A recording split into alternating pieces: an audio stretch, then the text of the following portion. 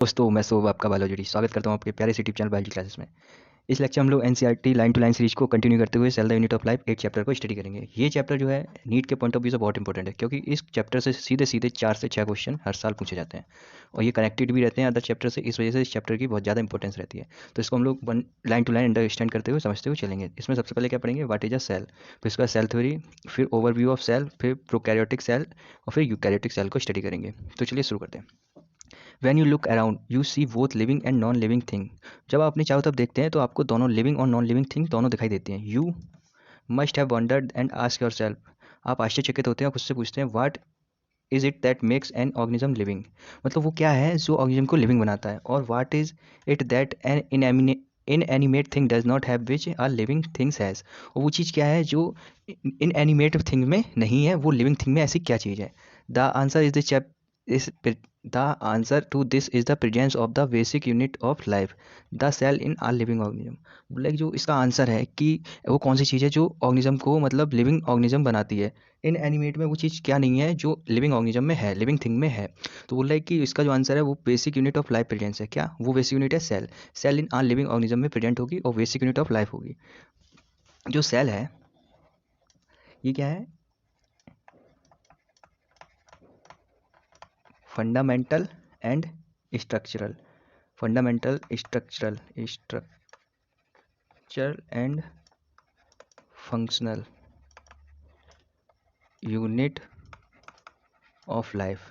अगर कोई living thing है तो उसकी लिविंग थिंग की स्ट्रक्चरल एंड फंक्शनल यूनिट क्या होगी? फंडामेंटल, बुनियादी जो बेसिक जो है वो क्या होगी? वो होगी सेल। ठीक है, तो all organism are composed of cells, मतलब जितने भी लिविंग ऑर्गेनिज्म है सब सेल से मिलकर बने होते हैं। Some are composed of a single cell and are called unicellular organism, while others like us, मतलब अपने जैसे composed of many cell are called multicellular organism. मतलब बोल रहा है कि जो सिंगल सेल से मिलके बने हैं तो उन्हें यूनिसेलुलर बोल रहे हैं। यूनिसेलुलर मीन्स कि वो जो सिंगल सेल है वही उनके सारे इसेंशियल फंक्शन जो है, सारे फंक्शन वही वर्क कराएगी, चाहे वो डाइजेस्टिव हो, चाहे वो रिप्रोडक्शन हो, चाहे वो रेस्पायरेशन हो, एक्सक्रीशन हो, सारे सिंगल सेल से ही सारे फंक्शन हो गए। जबकि मल्टी सेलुलर क्या है? More than many cells. ठीक है,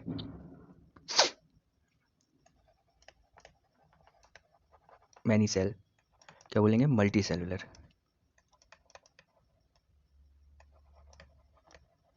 ठीक है, और इनमें क्या है बेसिक फंक्शन? ये बहुत एक से ज़्यादा सेलों से मिलकर बने होते हैं, इसलिए इन्हें मल्टी सेलुलर बोल रहे हैं। फिर जो यूनिसेलुलर ऑर्गेनिज्म है, यूनिसेलुलर ऑर्गेनिज्म जो है ये क्या है कि ये कैपेबल है किसमें? ये इंडिपेंडेंट एग्जिस्टेंस में रहेगा, मतलब कि इंडिपेंडेंट रहेगा। इस इंडिपेंडेंट एग्जिस्टेंस किसका? यूनिसेलुलर का, सिंगल सेल का इंडिपेंडेंट एग्जिस्टेंस होगा। और इसेंशियल, जितने भी इसेंशियल फंक्शन हैं वो किसके द्वारा होंगे? वो सारे सिंगल सेल के द्वारा होंगे, इसेंशियल फंक्शन। ठीक है, तो ये किसके करेक्टरिस्टिक है? ये सिंगल सेल या यूनिसेलुलर ऑर्गेनिज्म के हैं। सिंगल सेल और यूनी सेलुलर ऑर्गेनिज्म के ये फंक्शन है। ठीक है, फिर बात करते हैं व्हाट इज सेल। अब व्हाट इज सेल को देख लें। सेल क्या है? What is a cell? Cell क्या है? Unicellular organism are capable of independent existence and performing the essential function of life. Unicellular organism जो है वो क्या कैपेबल है? वो क्षम अपने उसमें क्षमता है, सिंगल सेल में क्षमता है कि उसका इंडिपेंडेंट एग्जिस्टेंस होगा और वो लाइफ के जितने भी एसेंशियल फंक्शन है वो उसी सिंगल सेल से परफॉर्म करेगा। Anything less than a complete structure of a cell does not ensure independent living. और जो anything less than a complete structure of a cell does not ensure independent living, और जो cell के अलावा और जो कोई स्ट्रक्चर है उसका इंडिपेंडेंट लिविंग इंश्योर नहीं है। And cell is the fundamental structural and functional unit of our living organism. जिस वजह से जो सेल है वो जो है किसी भी लिविंग ऑर्गेनिज्म की फंडामेंटल स्ट्रक्चरल और फंक्शनल यूनिट है। Anton von Leeuwenhoek first saw and describe the life cell. जो एंटोन वॉन ल्यूवेनहुक थे इन्होंने सबसे पहली बार लिविंग सेल को देखा था, उसे डिस्क्राइब किया था। Robert Brown later discover the nucleus, बाद में रॉबर्ट ब्राउन ने न्यूक्लियस की खोज की थी। The invention of the microscope and its improvement leading to the electron microscope revealed all the structural detail of the cell. मतलब बोला कि जो माइक्रोस्कोप है उसका आविष्कार हुआ तो उससे जो नया इम्प्रूवमेंट क्या आया, इलेक्ट्रॉन माइक्रोस्कोप का है, और जिस वजह से सेल के जो जितने भी स्ट्रक्चर थे वो रिवील्ड हो गए, वो समझ में आ चुके थे, वो उनकी खोज हो गई, जो भी सेल के स्ट्रक्चरल डिटेल थी उन सब की। कब? जब माइक्रोस्कोप का इन्वेंस हुआ और इलेक्ट्रॉन माइक्रोस्कोप आया, तब इलेक्ट्रॉन माइक्रोस्कोप आया, उसके बाद सारे सेल्स के स्ट्रक्चर की डिटेल्स ओपन हो गई, रिवील्ड हो गई। सेल की सबसे पहले डिस्कवरी किसने की थी? फर्स्ट डिस्कवरी, फर्स्ट सेल, जो कि एक डेड सेल थी, ठीक है, और इसकी खोज किसने की थी? इसकी खोज की थी रॉबर्ट हुक ने, रॉबर्ट हुक ने, ठीक है। फिर उसके बाद लिविंग सेल को किसने देखा? फर्स्ट लाइव सेल, इसको किसने देखा? इसको देखा एंटोन वॉन ल्यूवेनहोक, ठीक है। फिर उसके बाद उसमें क्या है? न्यूक्लियस, न्यूक्लियस की खोज किसने की? डिस्कवरी ऑफ न्यूक्लियस, न्यूक्लियस की डिस्कवरी कब हुई? न्यूक्लियस की डिस्कवरी हुई 1831 में। कब? 1831 में। और ये किसने की? ये किसने की? रिकी रॉबर्ट ब्राउन ने, रॉबर्ट ब्राउन ने, ठीक है। बात कर लेते हैं सेल थ्योरी की। सेल थ्योरी, सेल थ्योरी क्या बेसिकली? सेल थ्योरी को in 1838 Matthias Leiden and a German botanist examined a large number of plants and observed that all plants are composed of different kinds of cells which form the tissue of the plant। मतलब बोला है कि जो 1838 में Matheus लाइडन जो एक German botanist थे, उन्होंने क्या किया, प्लांट पे लार्ज नंबर में एक्सपेरिमेंट किए, एग्जामिन किए, और उसमें ऑब्जर्व किया कि जो जो सभी प्लांट हैं वो डिफरेंट काइंड की सेल्स और उनके टिश्यू से मिलकर बने हुए हैं। मैथियस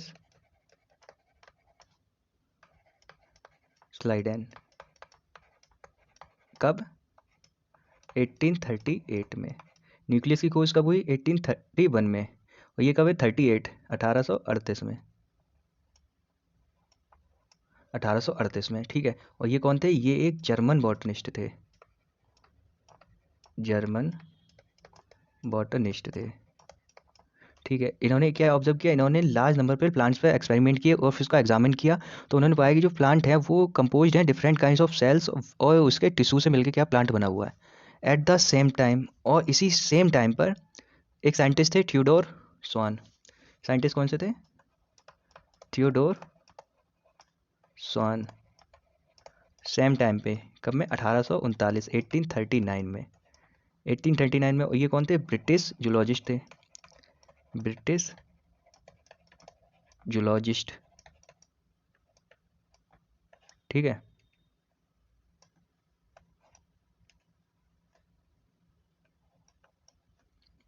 इन्होंने क्या बताया? इन्होंने क्या एनिमल सेल पे स्टडी की, और जो स्लाइडन थे उन्होंने किस पे स्टडी की थी? इन्होंने स्टडी की थी प्लांट सेल एंड टिश्यू, ठीक है। और जो थियोडर स्वान थे, ये थे ब्रिटिश जूलॉजिस्ट थे, study different type of animal cells and reported that cells had a thin outer layer which is today known as plasma membrane.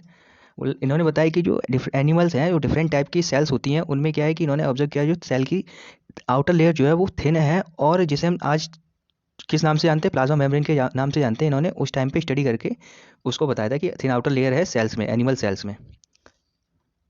He also concluded based on his study on plant tissue that the presence of cell wall is unique character of the plant cells।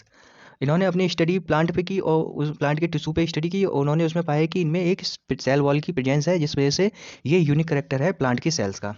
On the basis of this, Swan proposed the hypothesis that the bodies of animals and plants are composed of cells and products of cells।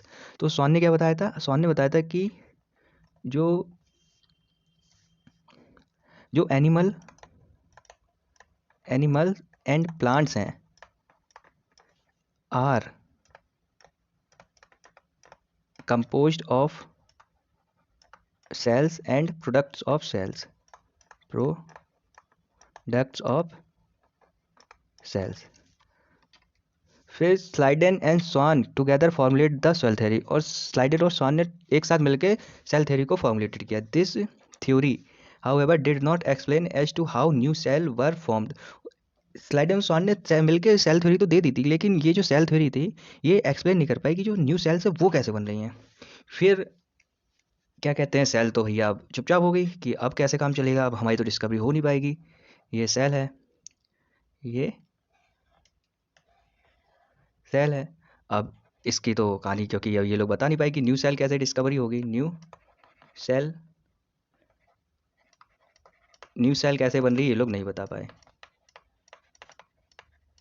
क्योंकि basically इनका एक drawback था, ये लोग नहीं बता पाए। तो भैया सेल तो गुस्सा हो गई कि अब तो हम तो हमारा जो फ्यूचर है वो तो अंधेरे में है। लेकिन सेल सेल के लिए एक मसीहा आया। मसीहा कौन था? मसीहा था रुडोल्फ विर्को।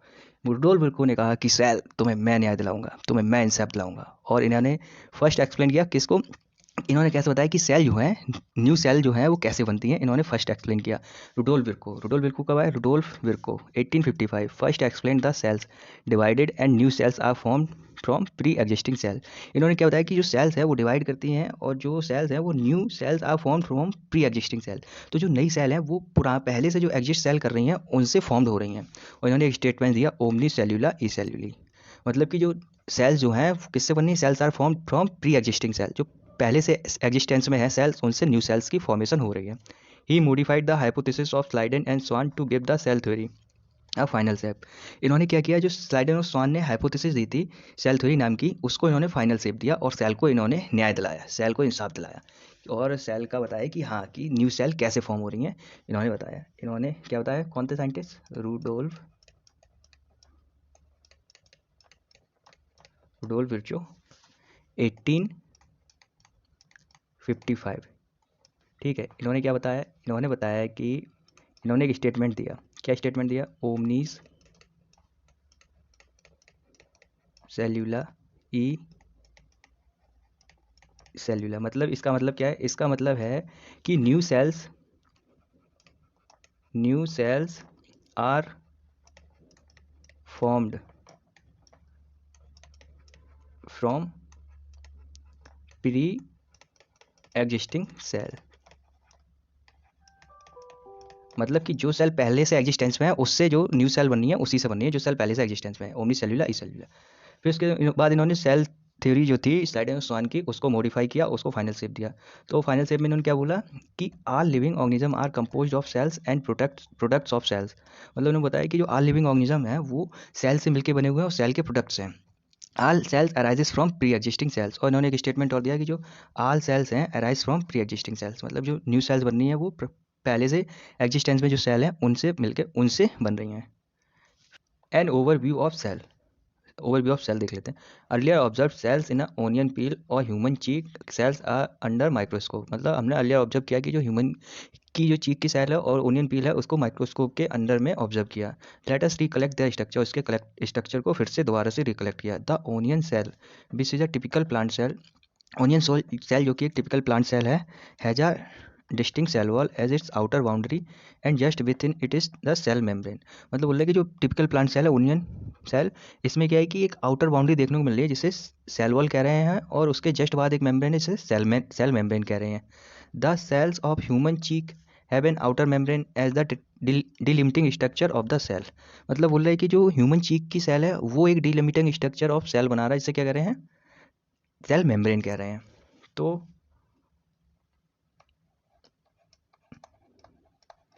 प्लांट सेल डीलिमिटिंग सेल कौन सी होगी? प्लांट सेल में डीलिमिटिंग की स्ट्रक्चर कौन सा होगा?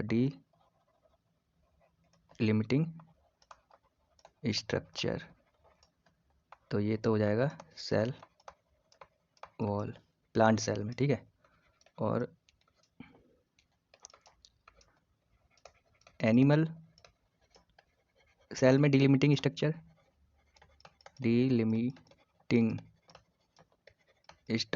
इज सेल मेम्ब्रेन, ठीक है।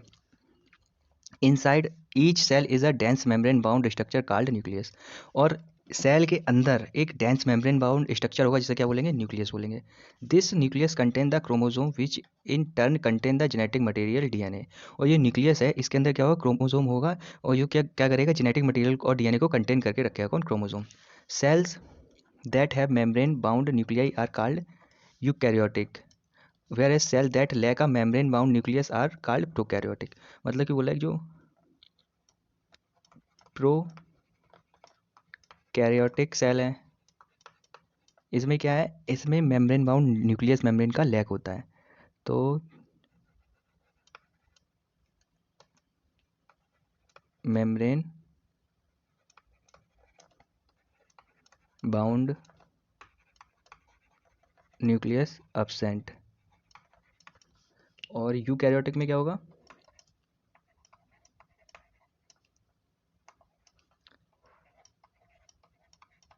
यूकैरियोटिक सेल में मेम्ब्रेन बाउंड न्यूक्लियस प्रेजेंट। ठीक है। In both prokaryotic and eukaryotic cell a semi fluid matrix called cytoplasm occupies the volume of the cells. मतलब कि और इन दोनों यूकैरियोटिक प्रोकैरियोटिक सेल में एक सेमी फ्लूइड मैट्रिक्स होगा जिसे क्या साइटोप्लाज्म बोल रहे हैं, और जो पूरी सेल का वॉल्यूम को है ऑक्यूपाइड करके रखेगा। The cytoplasm is the main arena of cellular activity in both plant and animal cells. मतलब बोले जो साइटोप्लाज्म है, जो सेल है उसके अंदर जो सारी सेलुलर एक्टिविटी हो रही है वो कहाँ पे हो रही है, साइटोप्लाज्म में हो रही है। तो all cellular activity occur in cytoplasm. और साइटोप्लाज्म क्या है, main arena of cellular activities of plant and animal cell. ठीक है। Various chemical reaction occur in to keep the cell in the living state. और साइटोप्लाज्म में क्या चल रही है, साइटोप्लाज्म में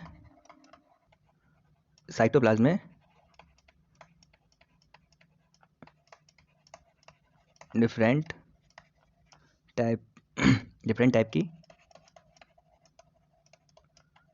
केमिकल रिएक्शन होंगी। और ये केमिकल रिएक्शन क्यों हो रही हैं, ये केमिकल रिएक्शन क्यों हो रही है, क्योंकि ये जो केमिकल रिएक्शन है ये सेल को लिविंग स्टेट में रख रही हैं। Keep cell in the living state.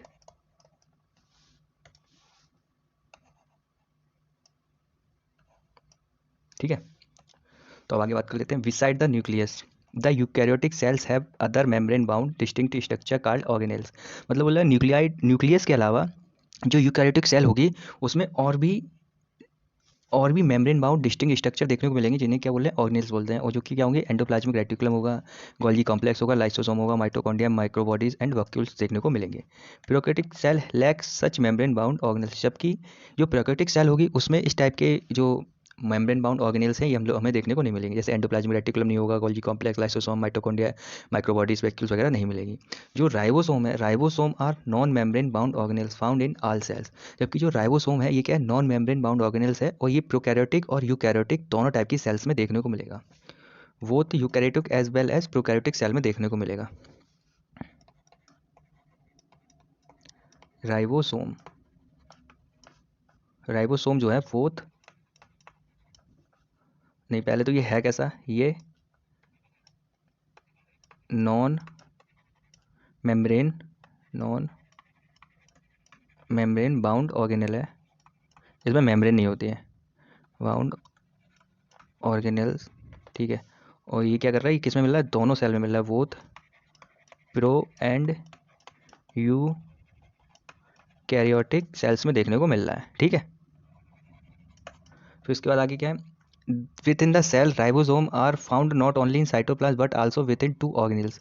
With in the cell मतलब सेल के साथ जो राइबोसोम है ना कि साइटोप्लाज्म में देखने को मिल रहा है बल्कि 2 ऑर्गेनेल्स और हैं उनमें भी देखने को मिल रहा है, chloroplast in plant and mitochondria and on rough endoplasmic reticulum. मतलब बोल रहे कि जो क्लो जो राइबोसोम है वो साइटोप्लाज्म में तो है ही, ठीक है, साइटोप्लाज्म में देखने को मिलेगा। उसके बाद क्लोरोप्लास्ट और माइटोकॉन्ड्रिया में देखने को मिल रहा है राइबोसोम, माइटोकॉन्ड्रिया के अंदर, क्लोरोप्लास्ट के अंदर। ठीक है। और जो ER है, एंडोप्लाज्मिक रेटिकुलम है, उस नहीं रफ एंडोप्लाज्मिक रेटिकुलम, RER, उसके ऊपर देखने को मिलेगा। ठीक है। फिर इसके आगे बात कर लेते हैं। Animal cell contain another non membrane bound organelle called centrosome which help in cell division. बोल रहा है कि जो एनिमल सेल है उसमें भी नॉन मेम्ब्रेन बाउंड ऑर्गेनेल देखने को मिलता है, जिसे क्या सेंट्रोसोम बोल रहे हैं, और जो कि सेल डिवीजन में हेल्पफुल रहता है। Cell differ greatly in size, cell जो है साइज में ग्रेटली डिफर करती है। शेप में, एक्टिविटीज़ में, साइज शेप और एक्टिविटी में cell differ greatly size show करती है। For example mycoplasma the smallest cell are only 0.3 millimetre in length while bacteria could be 3 to 5 millimetre. Mycoplasma कितने हैं? माइकोप्लाज्मा 0.3 मिलीमीटर, जबकि बैक्टीरिया कितना है? 3 से 5 मिलीमीटर का। The largest isolated single cell is the egg of an ostrich. जो ostrich का egg होता है उसमें जो लार्जेस्ट सिंगल सेल है वो आइसोलेटेड ऑस्ट्रिच के एग की सिंगल सेल है। Among multicellular organism human red blood cells are 7.0 millimetre. Human की सेल कितने मिलीमीटर की है? 7 मिलीमीटर की है। और नर्व सेल जो है वो सम ऑफ द, फिर क्या, nerve cells are some of the longest cells. जो नर्व सेल हैं ये कुछ लॉन्गेस्ट सेल्स हैं। Cells also very greatly in their shape. बोला है सेल्स जो हैं वो बहुत ज़्यादा वेरिएशन शो करती हैं अपने शेप में। They may be disc like, polygonal, columnar, cuboid, thread like और इवन इरेगुलर शेप की होती हैं। मतलब कि सेल किस किस शेप की होगी? डिस्क लाइक होगी, पॉलीगोनल होगी, कॉलमनार होगी, क्यूबॉइडल होगी, थ्रेड लाइक होगी और इरेगुलर शेप में भी होगी। मतलब उसका कोई रेगुलर शेप नहीं है। The shape of the cell may vary with the function they perform. और सेल का जो शेप है वो उसके फंक्शन के हिसाब से वेरी कर सकता है। तो स्मॉलेस्ट सेल कौन सी है? स्मॉलेस्ट सेल माइकोप्लाज्मा की है, ठीक है, माइकोप्लाज्मा। फिर उसके बाद लार्जेस्ट सेल किसकी है? ऑस्ट्रिच एग की है, ऑस्ट्रिच एग की है। फिर लॉन्गेस्ट सेल, लार्जेस्ट मतलब बड़ी, लॉन्गेस्ट मतलब लंबी, ठीक है, ये बात समझना। बड़ी और लार्जेस्ट और लॉन्गेस्ट में फ़र्क है। मतलब कि लंबाई कितनी है सेल की, कितनी लंबी हो सकती है, और बड़ी मतलब कि उसका वॉल्यूम कितना बड़ा है, उस टाइप से चीज़ें होती हैं, ठीक है। लार्जेस्ट और लॉन्गेस्ट में ये फ़र्क है। लॉन्गेस्ट सेल क्या होगी? ये नर्व सेल होगी,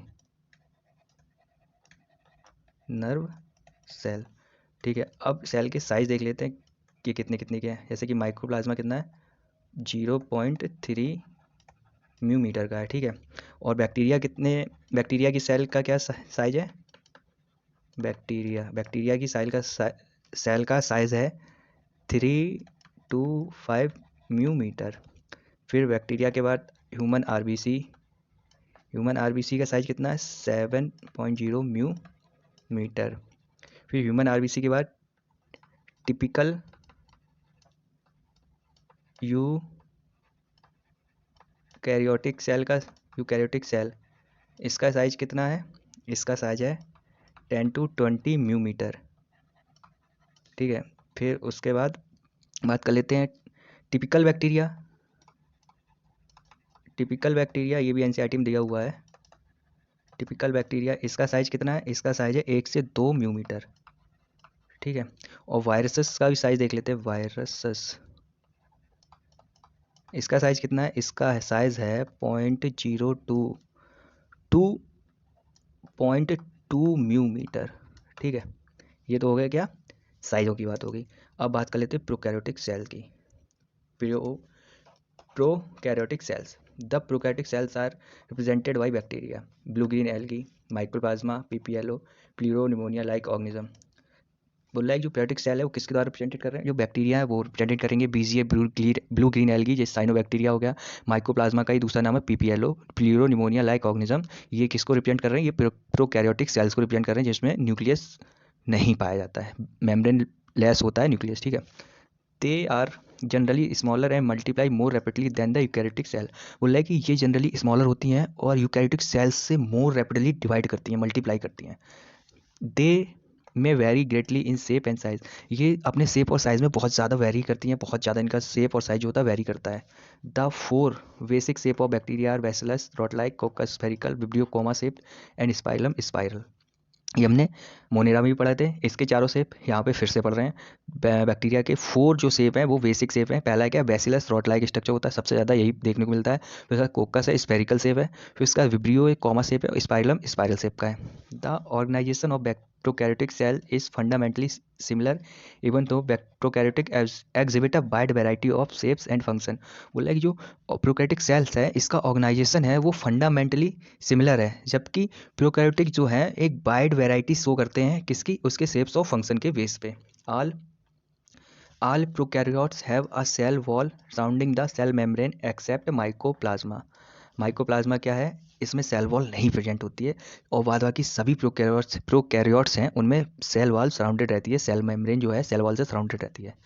the fluid matrix filling the cell is cytoplasm. और जो सेल में फ्लूइड मैट्रिक्स भरा होता है उसे क्या बोल रहे हैं, साइटोप्लाज्म बोल रहे हैं। There is no well defined nucleus, इसमें वेल डिफाइंड न्यूक्लियस नहीं पाया जाता है। The genetic material is basically naked, और इसका जो जेनेटिक मटेरियल होता है ऐसे ही फ्लूइड में साइटोप्लाज्म में नेक्ड पड़ा रहता है। Not enveloped by nuclear membrane, और जेनेटिक मटेरियल न्यूक्लियर मेम्ब्रेन से इन्वेलप्ड कवर्ड नहीं होता है। In addition to the genomic DNA single chromosome circular DNA देखने को मिलेगा एडिशन में। Many bacteria have small circular DNA outside the genomic DNA. मतलब बोला है बहुत सारे बैक्टीरिया में क्या होगा, स्मॉल सर्कुलर डीएनए, मतलब जो इनका जीनोमिक डीएनए होगा उसके अलावा भी स्मॉल सर्कुलर डीएनए उसके साइटोप्लाज्म में आउटसाइड में देखने को मिलेगा। These smaller DNA are called plasmid, और इस टाइप के स्मॉलर डीएनए को क्या बोल रहे हैं, प्लाज्मिड बोल रहे हैं। The plasmid DNA confers certain unique phenotypic characters to such bacteria.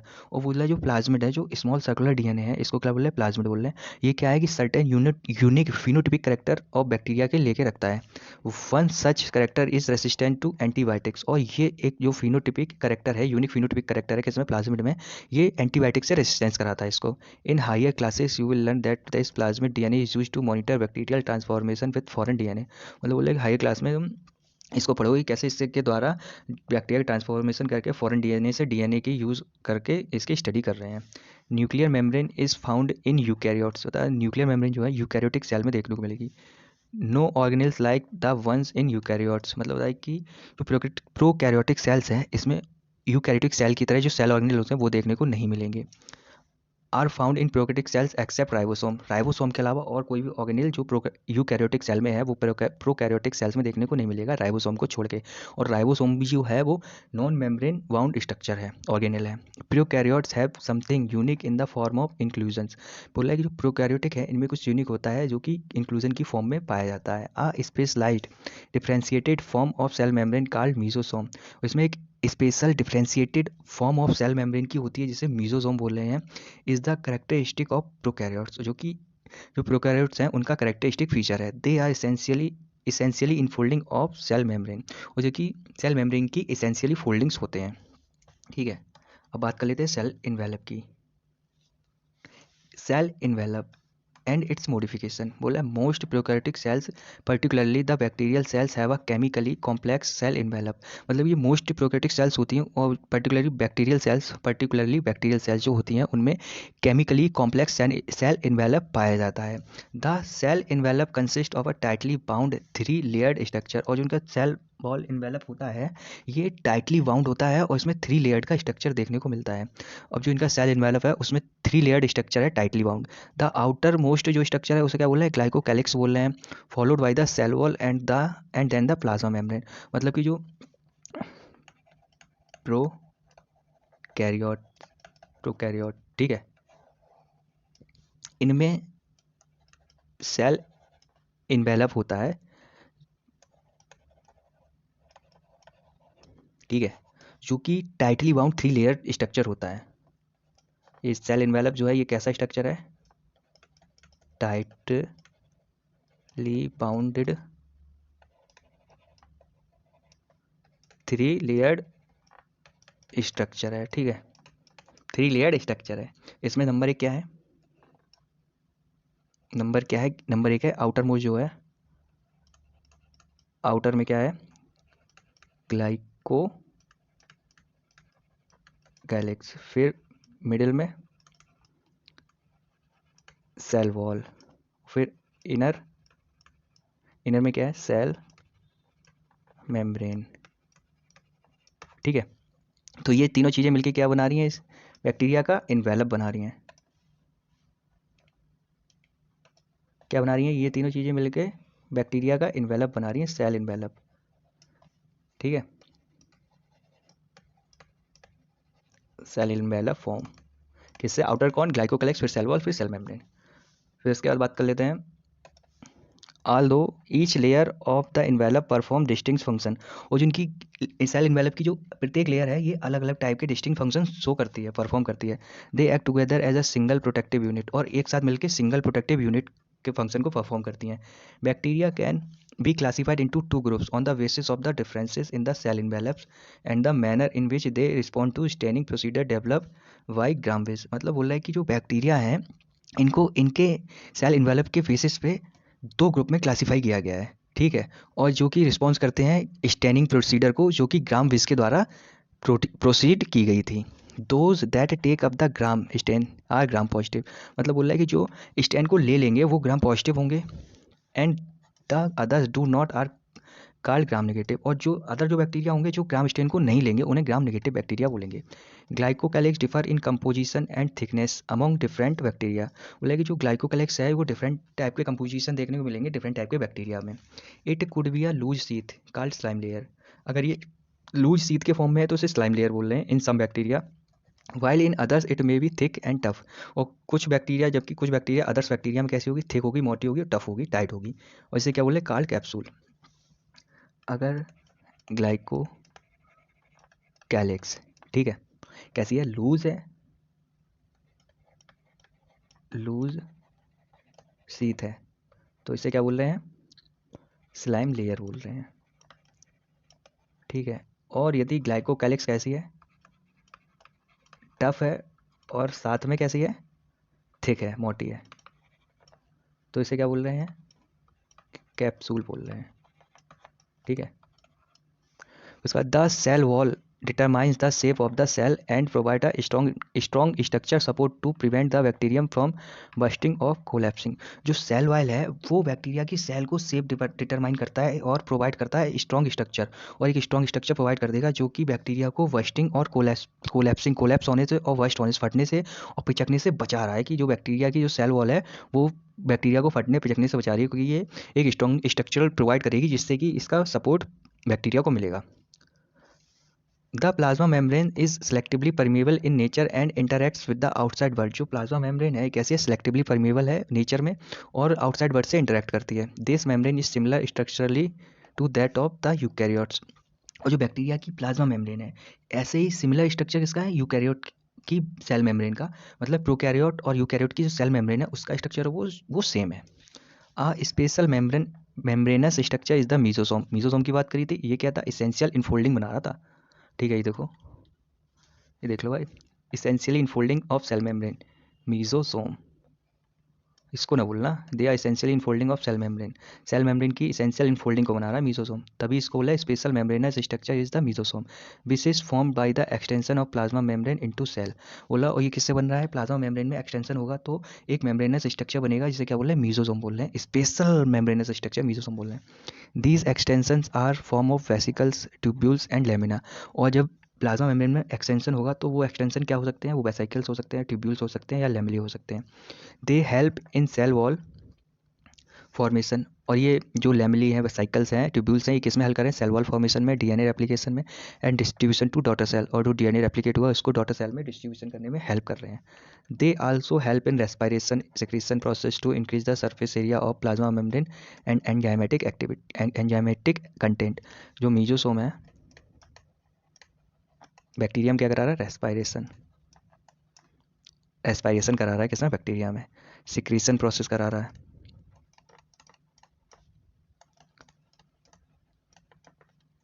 ठीक है। और इसका क्या है, इसकी सेल मेम्ब्रेन का इंक्रीज, इस जो सरफेस एरिया उसको इंक्रीज कर रहा है जिससे कि जो एंजाइमेटिक कंटेंट है वो उसमें अच्छे से हो सके। In some prokaryotes like cyanobacteria, cyanobacteria blue green algae एक टाइप का, there are other membranous extension into the cytoplasm called chromatophores which contain pigment. देखो, जो साइनोबैक्टीरिया उसमें मेम्ब्रेनस एक्सटेंशन हो रहा है, मीजोसोम ही है जो मेम्ब्रेनस एक्सटेंशन कर रहा है साइटोप्लाज्म, और साइटोप्लाज्म में होगा, और जिसे क्या बोल रहे हैं, क्रोमेटोफोर बोलते हैं, और इसमें क्या होगा, पिगमेंट होंगी जो कि क्या कराएगा, फोटोसिंथेसिस कराएगा, ठीक है। साइनो बैक्टीरिया, ठीक है, फोटोसिंथेसिस होगा, फोटोसिंथेसिस किससे होगा, इसमें मेम्ब्रेनस एक्सटेंशन होगा, और जिसे क्या बोल रहे हैं, क्रोमेटोफोर बोल रहे हैं, मेम्ब्रेनस एक्सटेंशन, और जिसे क्या बोल रहे हैं, क्रोमैटोफोर बोल रहे हैं, ठीक है। और जो क्या होगा, इसमें क्या होंगे, पिगमेंट्स होंगे। क्रोमैटोफोर में क्या होंगे, विच कंटेन्स पिगमेंट्स, जो कि कंटेन को, वो पिगमेंट्स को कंटेन, जो पिगमेंट्स को कंटेन किया हुआ होगा। बैक्टीरियल सेल में भी मोटाइल और नॉन मोटाइल, बैक्टीरिया की जो सेल है वो मोटाइल हो सकती है, नॉन मोटाइल हो सकती है। अगर मोटाइल हुई, if motile they have thin filamentous extension from their cell wall called flagella. अगर बैक्टीरिया की सेल मोटाइल है तो इनकी सेल वॉल से एक एक्सटेंशन, फिलामेंटस एक्सटेंशन निकलेगा, जिसे क्या बोल रहे हैं, फ्लैजिला बोल रहे हैं, ठीक है। फ्लैजिला कहाँ से निकल रहा है, फ्लैजिला ये कहाँ से निकल रहा है, ये सेल वॉल से निकल रहा है। और क्या है, ये फ्लैजिला जो है एक फिलामेंटस एक्सटेंशन है, filament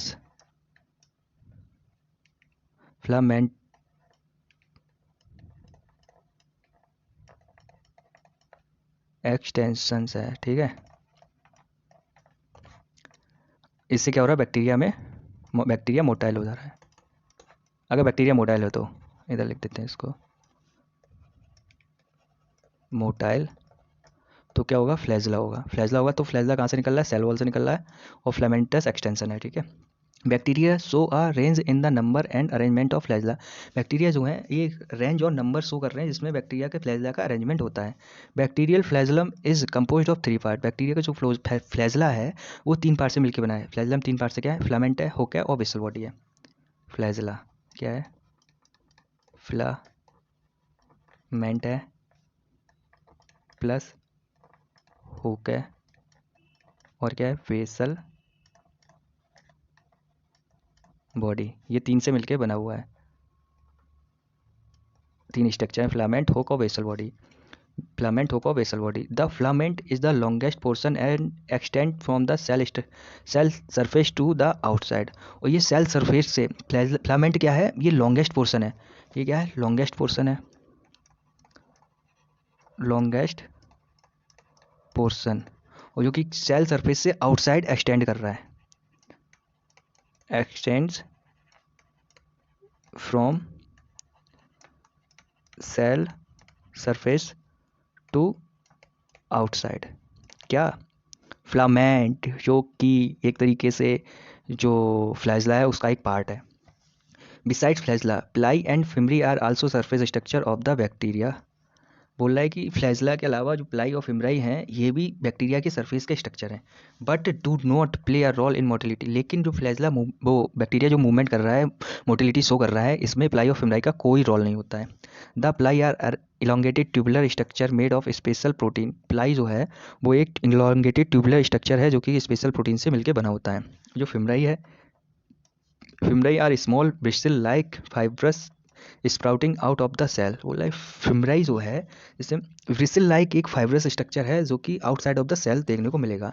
in some bacteria they are known to help attach the bacteria to rocks in streams and also to the host tissue. Flagella हो गया, फिर उसके बाद क्या है, प्लाई। प्लाई क्या है, ये इलोंगेटेड ट्यूबुलर स्ट्रक्चर है, ट्यूबुलर स्ट्रक्चर। और फिर उसके बाद क्या है, फिमरी। और किससे मिलके बना हुआ है, ये स्पेशल प्रोटीन से मिलके बना हुआ है, ठीक है, प्रोटीन। अब बात कर लेते हैं फिमराई की। फिमराई ये थर्ड स्ट्रक्चर है बैक्टीरिया की सरफेस पे।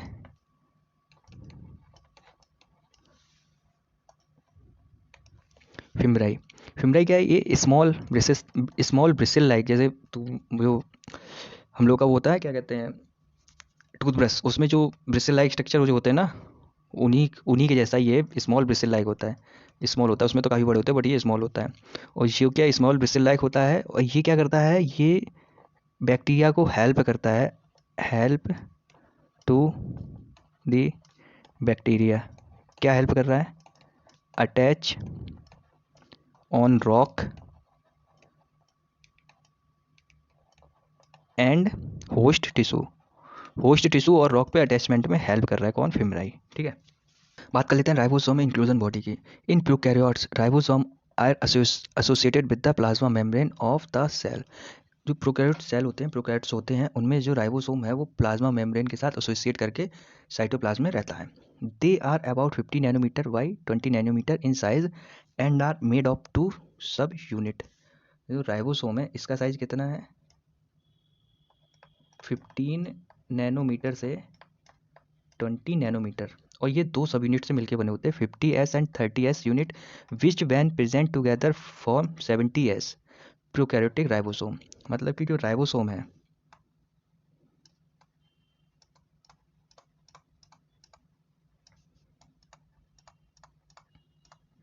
प्रोकैरियोट का, ठीक है, ये इसका साइज क्या है, इसका साइज है 15 नैनोमीटर से 20 नैनोमीटर, और 2 सब यूनिट है 50s प्लस 30s, ये जुड़ के कितना बनना है 70s, ठीक है, 70s राइबोसोम मिलके बन रहा है।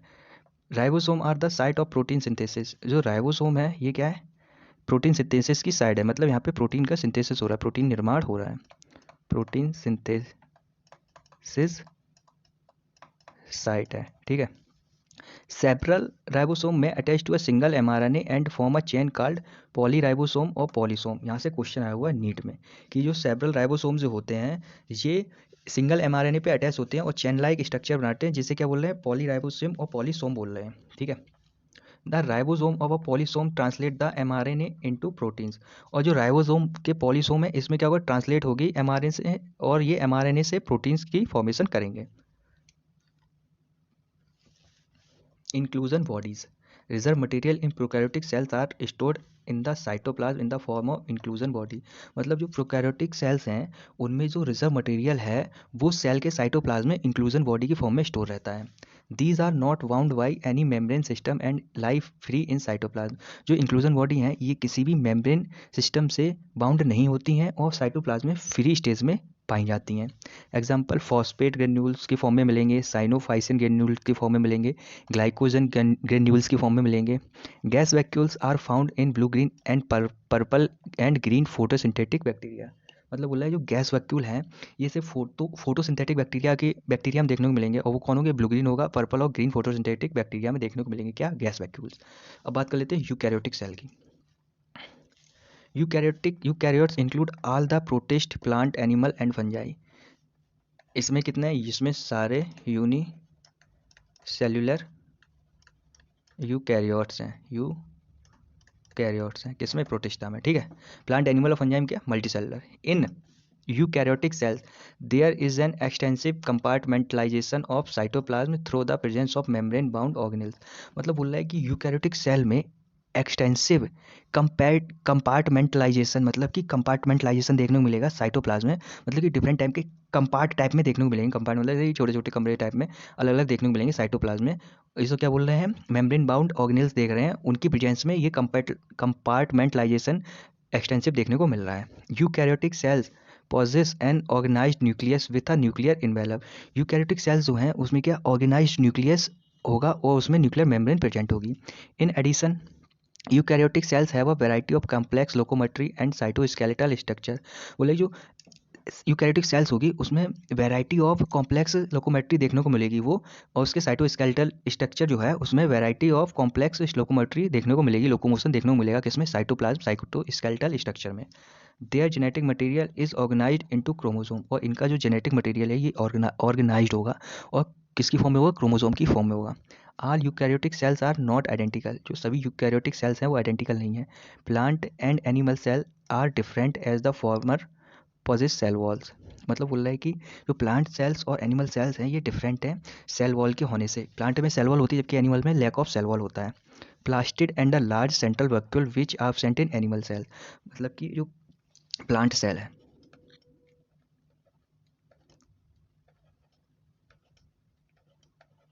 प्लांट्स सेल ये क्या पोजेस कर रही है, इसमें सेल वॉल है, सेल वॉल्स है, फिर उसके बाद प्लास्टिड्स हैं, फिर उसके बाद आ लार्ज सेंट्रल वॉक्यूल है, जो कि ये जो तीनों चीज़ें हैं सेल वॉल में देखने को, प्लांट की सेल में देखने को मिल रही है। और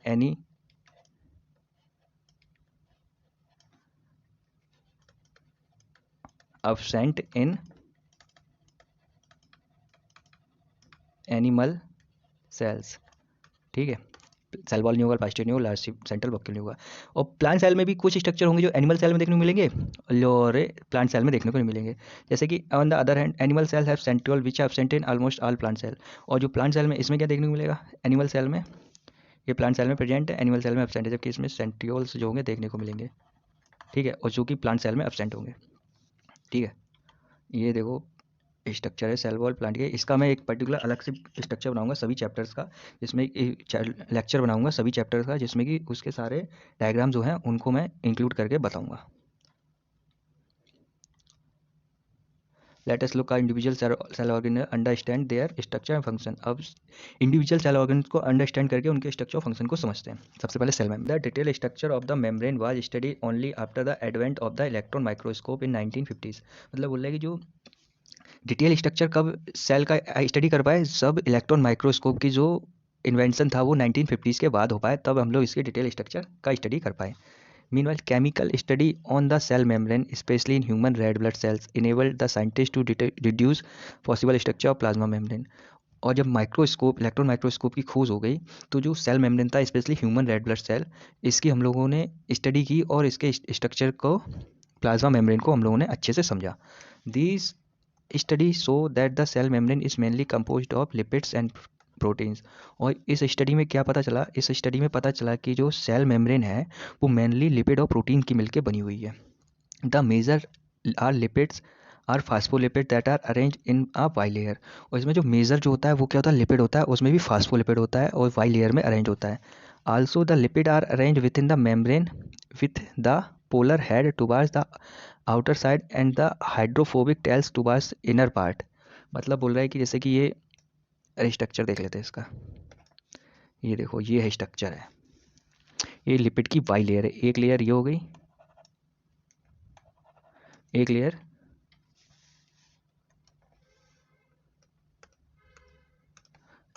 ये हो गई और एक लेयर ये हो गई। ये एक लेयर है, एक लेयर ये इधर से देखो, ये एक लेयर है और एक ये लेयर, तो ये लिपिड की वाई लेयर हो गई। ठीक है, अब इसमें बोल रहा है कि मेजर लिपिड्स है फास्फोलिपिड जो है, लिपिड जो है उसमें फास्फोलिपिड जो है वो मेजर में है। और जो लिपिड्स का जो अरेंजमेंट है मेम्ब्रेन के साथ, इसमें पोलर हेड जो है वो टुवार्ड्स द आउटर साइड है और जो हाइड्रोफोबिक टेल है वो टुवार्ड्स इनर साइड है।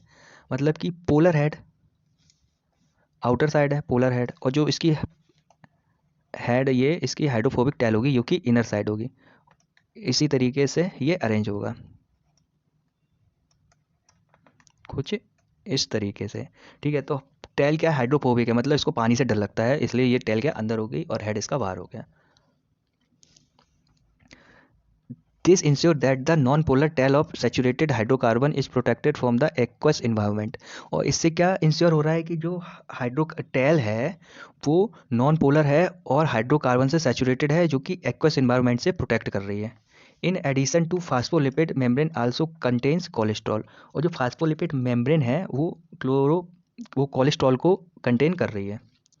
लेटर बायोकेमिकल इन्वेस्टिगेशन, और बाद में जब बायोकेमिकल इन्वेस्टिगेशन हुई तो इसमें क्या clearly revealed that the cell membrane also possess protein and carbohydrate. और बाद में जब इसकी स्टडी हुई, बायोकेमिकल स्टडी हुई किसकी, सेल मेम्ब्रेन की, तो पता चला कि जो सेल मेम्ब्रेन है उसमें प्रोटीन और कार्बोहाइड्रेट भी है।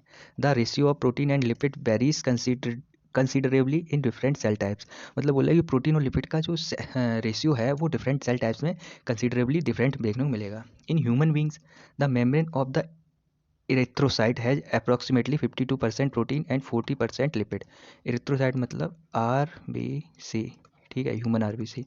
इसमें क्या है, प्रोटीन कितने परसेंट है, प्रोटीन जो है वो आपका है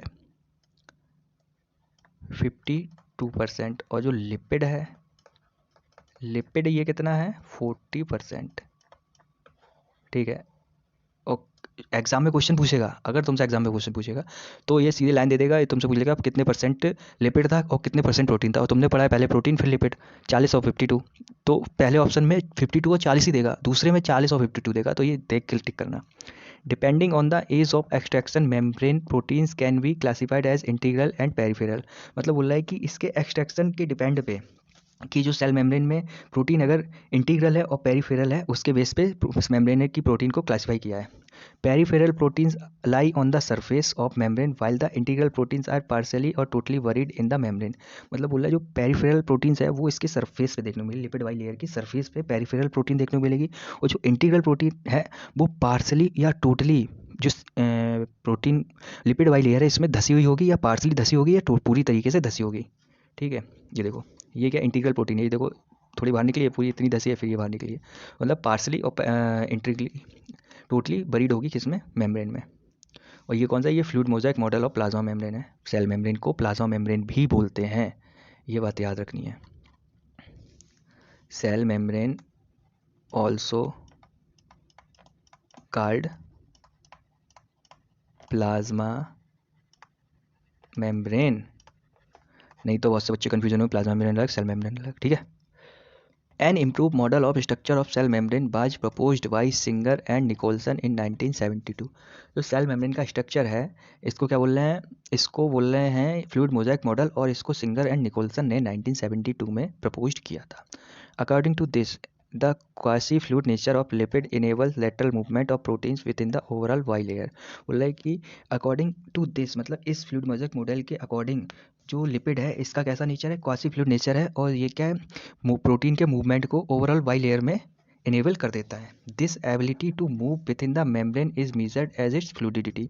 और जो प्रोटीन का सेल के अंदर मूव हो रहा है, within the membrane movement हो रहा है, ये क्या है, सेल की फ्लूडिडिटी को बता रहा है। The fluid nature of the membrane is also important from the point of view function like cell growth, formation of intercellular junction, secretion, endocytosis, cell division. बोल रहा है कि जो ये सेल की फ्लूडिडिटी है, मूवमेंट है, एबिलिटी टू मूव करने की इसमें जो क्षमता है सेल मेम्ब्रेन में, इससे क्या हो रहा है कि एक इम्पॉर्टेंट चीज़, एक इम्पॉर्टेंट फंक्शन हो रहे हैं जिससे कि सेल को ग्रोथ हो रहा है, उसका इंटरसेलुलर जंक्शन की फॉर्मेशन हो रहे हैं, उसमें सिक्रीशन हो रहे हैं सेल से, एंडोसाइटोसिस हो रही है, और सेल डिवीज़न हो रही है।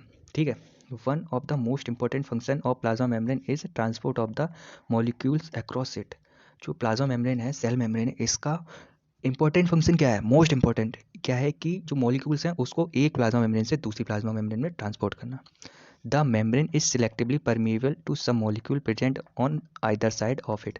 बोले जो मेम्ब्रेन है ये सिलेक्टिवली परमिएबल है कुछ मॉलिक्यूल के लिए जो कि उसकी साइड पे प्रेजेंट है।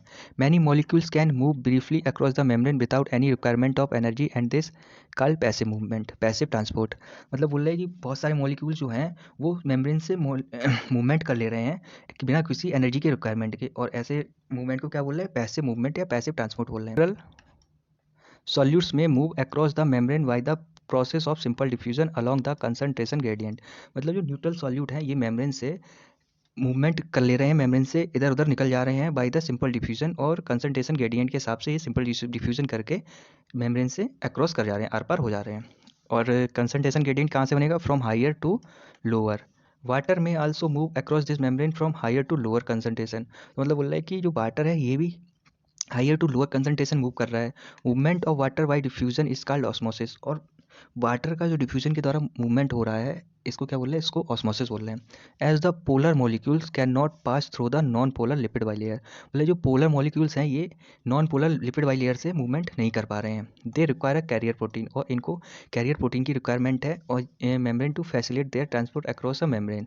और मतलब कि जो पोलर मॉलिक्यूल्स हैं ये non polar bi lipid layer से पास नहीं कर पा रहे हैं, इन्हें क्या एक कैरियर प्रोटीन की रिक्वायरमेंट है जो कि ये मेम्ब्रेन के अक्रॉस ट्रांसपोर्ट कर सकें। A few ions or molecules are transport across the membrane against their concentration gradient. कुछ मॉलिक्यूल जो हैं वो कंसंट्रेशन ग्रेडियंट के अगेंस्ट जाके और सेल मेम्ब्रेन से आर पार हो जा रहे हैं from lower to higher concentration, और such a transport is an energy dependent process. और ये जो कंसंट्रेशन ग्रेडियंट के अगेंस्ट जाके लोअर टू हायर कंसंट्रेशन कुछ मॉलिक्यूल आयन जो हैं ट्रांसपोर्ट कर जा रहे हैं, इसको क्या बोल रहे हैं, इसको एक्टिव ट्रांसपोर्ट बोल रहे हैं। और इसमें एनर्जी जो है ये एनर्जी डिपेंडेंट प्रोसेस है जिसमें कि एटीपी का यूटिलाइज होगा और एक्टिव ट्रांसपोर्ट होगा। जैसे कि इसका एग्जाम्पल है सोडियम पोटेशियम पंप। और जो ये जो कैरियर प्रोटीन चाहिए थी इसको क्या फैसिलेट ट्रांसपोर्ट बोल रहे हैं। ठीक है, अब बात कर लेते हैं सेल वॉल की।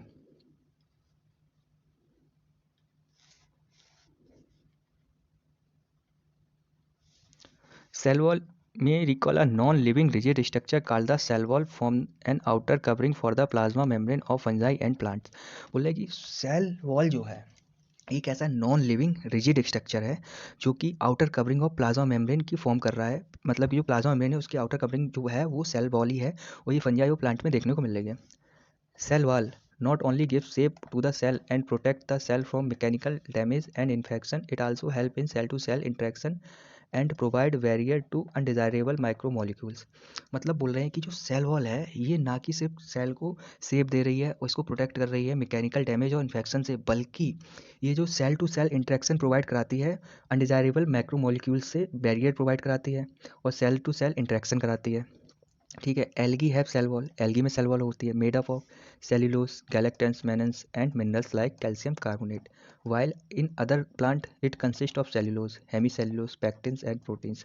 बोल रहे कि जो एल्गी है इसकी सेल वॉल किसकी बनी है, cellulose galactans मेनन्स minerals like calcium carbonate, और जबकि अदर जो प्लांट्स हैं उनकी जो सेल वॉल है वो किसकी मिलकर बनी है, सेल्यूलोज हेमी सेल्यूल पैक्टिन्स एंड प्रोटीन्स की। एल्गी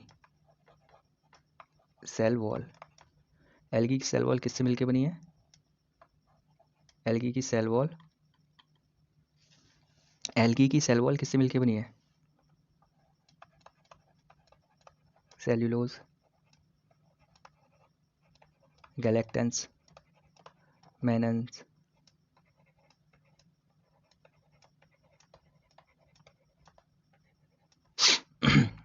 मिनरल्स लाइक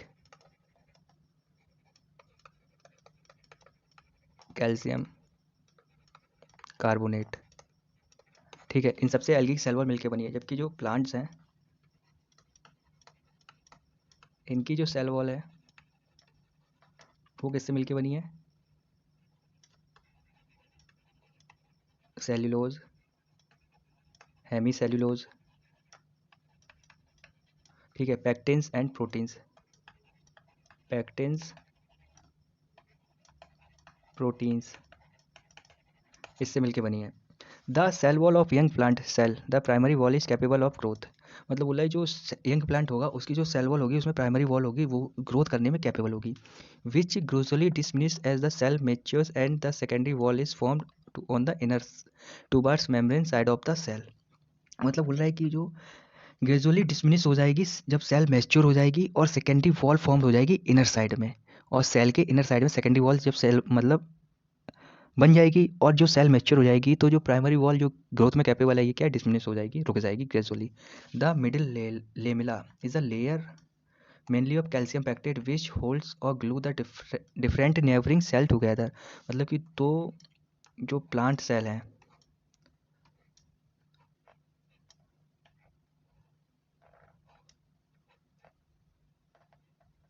इनको होल्ड करके एक सब्सटेंस रख रहा है, इसको क्या बोल रहे हैं, मिडिल लेमिला बोल रहे हैं। ठीक है, और मिडिल लेमिला किससे मिलके बनी है, कैल्शियम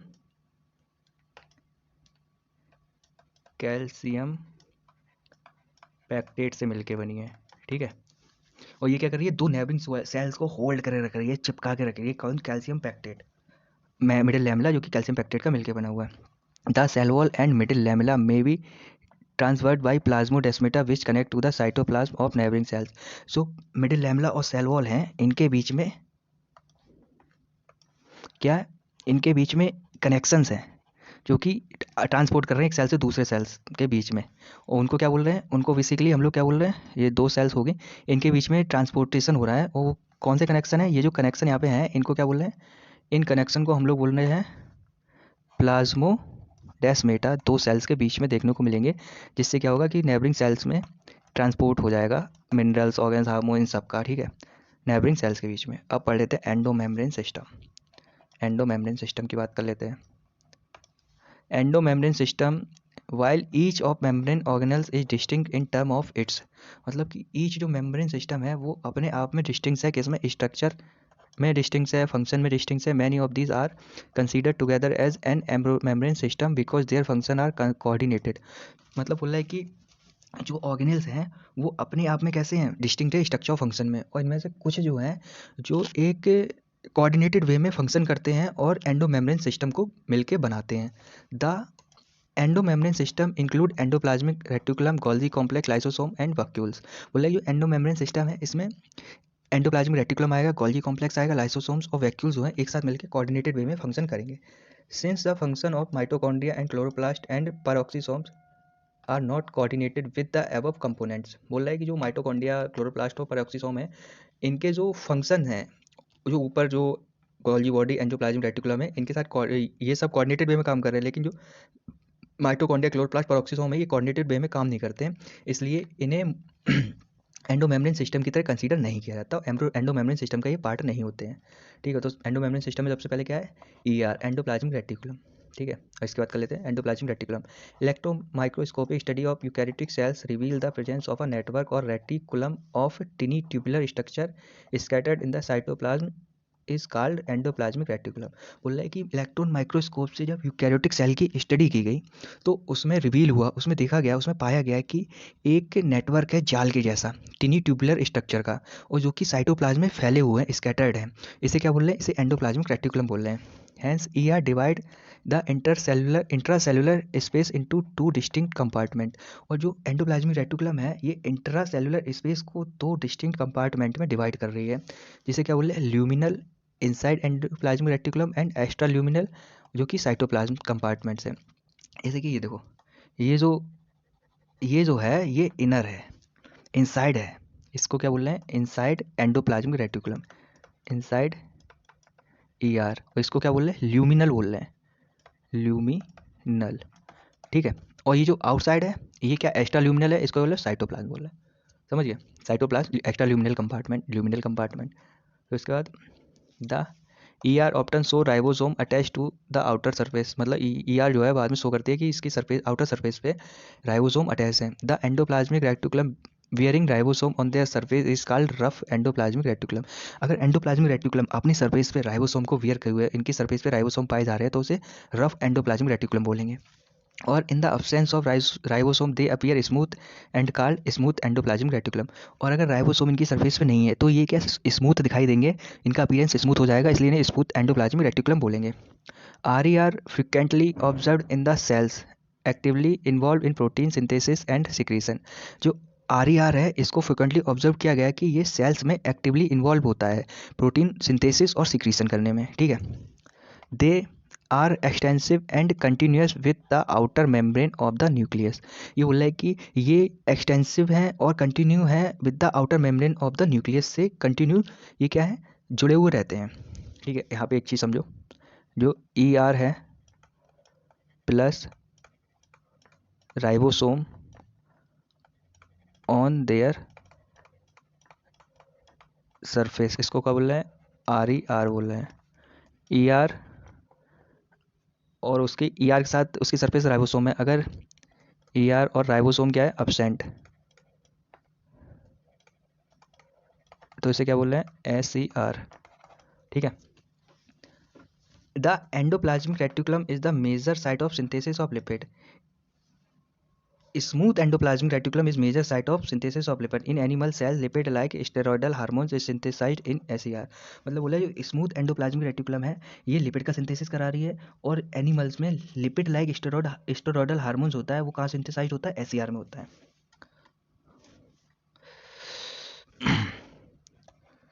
RER ये क्या कर रहा है, प्रोटीन सिंथेसिस एंड सिक्रीशन। ठीक है, SER लिपिड सिंथेसिस और स्टेरॉयडल हार्मोन। ठीक है, कौन, SER। ये हो गया। इसके बाद अब बात कर लेते हैं गोल्जी अपरेटस की। गोल्जी अपरेटस, कैमिलो गोल्जी 1898 में कैमिलो गोल्जी साइंटिस्ट ने फर्स्ट ऑब्जर्व किया कि डेंसली स्टेन्ड रेटिकुलर स्ट्रक्चर है न्यूक्लियस के नियर एक रेटिकुलेट स्ट्रक्चर है। जैसे क्या बोला इन्होंने these were later named Golgi body after him, उन्होंने बाद में से गोल्जी बॉडी नाम दिया। Camillo Golgi first observe densely stained reticular structure near the nucleus. Camillo Golgi ने 1898 में डेंस स्टेन्ड रेटिकुलर जालनुमा एक स्ट्रक्चर था उसको ऑब्जर्व किया न्यूक्लियस के पास में। दीज वर लेटर, उसको बाद में क्या नाम दिया, गोल्जी बॉडी नाम दिया। They consist of many flat disc shaped sac or cisternae of 0.5 millimetre to 1 millimetre diameter की। मतलब बोला है कि जो गोल्जी बॉडी है ये क्या flat disc shape sac or cisternae से मिलके बने हैं और जिनका डायमीटर कितना है 0.5 मिलीमीटर टू 1 मिलीमीटर डायमीटर, ठीक है। These are stacked parallel to each other, बोला कि एक दूसरे से चिपके हुए स्टैक्ड हैं, पैरेलल एक दूसरे से स्टैक्ड हैं। Varied number of cisternae are present in Golgi complex, और जो सिस्टर्नी है इनका नंबर जो है गोल्जी कॉम्प्लेक्स में वेरी करता है। The Golgi cisternae are concentrically arranged near the nucleus with distinct convex cis or the forming face. मतलब जो सिस्टर्नी है ये कंसेंट्रिकली अरेंज्ड है और न्यूक्लियस के पास सिचुएटेड है, और इसका जो डिस्टिंक्ट कॉन्वेक्स सिस और फॉर्मिंग फेस जो है वो कहाँ है, न्यूक्लियस के पास। And concave trans or the maturing phase, the cis and trans phases organelle are entirely different but interconnect। मतलब कि बोल रहा है कि इसमें जो न्यूक्लियस के नियर कौन सा होगा, कॉन्वेक्स सिस जो फॉर्मिंग फेस है और कॉन्केव जो मैच्योरिंग फेस है, ये दोनों क्या है, डिस्टिंक्ट हैं, न्यूक्लियस के नियर अरेंज हैं। फिर बोल रहा है the cis and trans face of the organelle are entirely different. जो सिस फेस है और ट्रांसफेस जो है ये दोनों क्या है, ऑर्गेनेल में इंटायरली डिफरेंट रहते हैं, लेकिन जो काम करते हैं एक दूसरे इंटरकनेक्ट करके करते हैं। देखो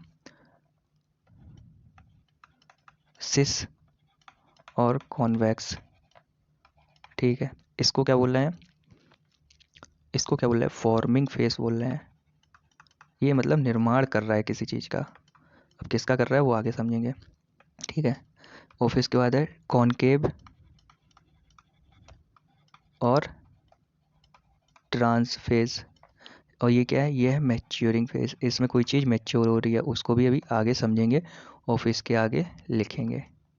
Golgi apparatus principally perform the function of packaging material. Principally function जो गोल्जी बॉडी का है वो मेनली फंक्शन क्या है, ये पैकेजिंग मटेरियल का मेनली फंक्शन करता है। To be deliver either to the intracellular targets, और इंट्रासेलुलर टारगेट्स को डिवाइड करेगा। मतलब कि जो सिस फेज है उसमें क्या मटेरियल पैकेज होके आएगा इन द वेसिकल की फॉर्म में, और फिर ट्रांसफेज से मैच्योर होके इंट्रासेलुलर टारगेट्स के लिए सीक्रेट कर दिया जाएगा outside the cell. Material to be package in the form of vesicle, vesicle की फॉर्म में मटेरियल पैक्स होगा from E R fuse with the cis face of Golgi apparatus. और ये किस वेसाइकल की फॉर्म में, ई आर जो है वो सिस फेज से फ्यूज है गोल्जी ऑपरेटर्स के, वहाँ से क्या मटेरियल वेसाइकल की फॉर्म में फ्यूज होगा गोल्जी ऑपरेटर से, and move toward the maturing phase, और मैच्योरिंग फेज की तरफ मूव करेगा। This explain why the Golgi operators remains in close association with the endoplasmic reticulum. इस वजह से क्या हो रहा है कि जो गोल्जी ऑपरेटर्स है ये एंडोप्लाज्मिक रेटिकुलम के साथ क्लोज एसोसिएशन बना रहा है, क्लोज एसोसिएशन के साथ में रहता है। A number of protein synthesised by ribosome on the ER are modified in the cisternae of the Golgi apparatus before they are released from its trans face. बोल रहा है कि जो एंडोप्लाज्मिक रेटिकुलम ने राइबोसोम सिंथेसाइज किया, प्रोटीन्स का formation किया, ये क्या है कि जो गोल्जी ऑपरेटस है इसके सिस्टर्नी से अटैच होता हुआ सिस फेज से मैच्योरिंग फेज या ट्रांस फेज में जाके मैच्योर होगा। तो जो प्रोटीन है इसको मैच्योर कौन कर रहा है, गोल्जी ऑपरेटस मैच्योर कर रहा है। Golgi operator is the important site of formation of glycoproteins and glycolipids. जो गोल्जी ऑपरेटस है ये इंपॉर्टेंट साइट है किसकी, ग्लाइकोप्रोटीन्स और ग्लाइकोलिपिड के फॉर्मेशन की। अब बात कर लेते हैं लाइबोसोम की। लाइसोसोम क्या है, lysosome these are membrane bound vesicular structure form by the process of packaging in the Golgi apparatus. ये क्या है, लाइसोसोम क्या मेम्ब्रेन बाउंड वेसिकुलर स्ट्रक्चर है और जो कि गोल्जी ऑपरेटर्स की पैकेजिंग के दौरान फॉर्मेशन हुई है इनकी। The isolated lysosomal vesicles have been found to be very rich in almost type of hydrolytic enzymes. जो बोल रहे हैं जो आइसोलेटेड लाइसोसोमल वेसिकल्स है, जो अलग एक पड़ा हुआ लाइसोसोम वेसिकल्स है, इसमें क्या है कि ऑलमोस्ट हर टाइप के हाइड्रोलिटिक एंजाइम देखने को मिलेंगे। मतलब हाइड्रोलेसिस एंजाइम देखने को मिलेंगे, जैसे lipases, proteases, carbohydrates. Optimally active all the acidic pH और ये सभी एसिडिक पीएच पे ऑप्टिमली एक्टिव होगा। This enzyme are capable of digesting carbohydrate, protein, lipid and nucleic acid. और ये जो एंजाइम है ये कैपेबल है कार्बोहाइड्रेट, प्रोटीन और लिपिड्स और न्यूक्लिक एसिड को डाइजेस्ट करने में, इसलिए लाइसोसोम को सुसाइडल बैग भी बोलते हैं। क्या बोलते हैं, सोसाइटल बैग बोलते हैं। और बात करते हैं वैक्यूल की। Vacuoles, the vacuole is the membrane bound space found in the cytoplasm. Membrane जो है एक, वैक्यूल जो है एक मेम्ब्रेन बाउंड ऑर्गेनेल है, स्पेस है जो कि साइटोप्लाज्म में देखने को मिल रहा है।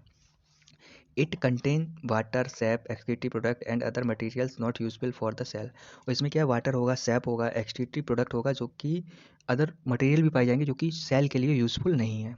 The vacuole is bound by single membrane called tonoplast. Vacuole जो है सिंगल मेम्ब्रेन से बाउंड है, इसकी मेम्ब्रेन को क्या बोल रहे हैं, टोनोप्लास्ट बोल रहे हैं।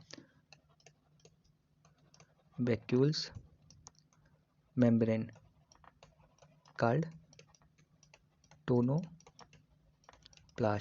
बोल रहे हैं। In plant cells the vacuoles can occupy up to 90% of the volume of the cell. 90% occupy space in plant cells. ठीक है, प्लांट सेल की जो वैक्यूल है 90% स्पेस जो है, वॉल्यूम जो है सेल का, वही कौन, वैक्यूल ऑक्यूपाई कर लेते हैं, स्पेस या वॉल्यूम। ठीक है, in plant the tonoplast facilitate the transport of a number of ions and other material against concentration gradient into the vacuole.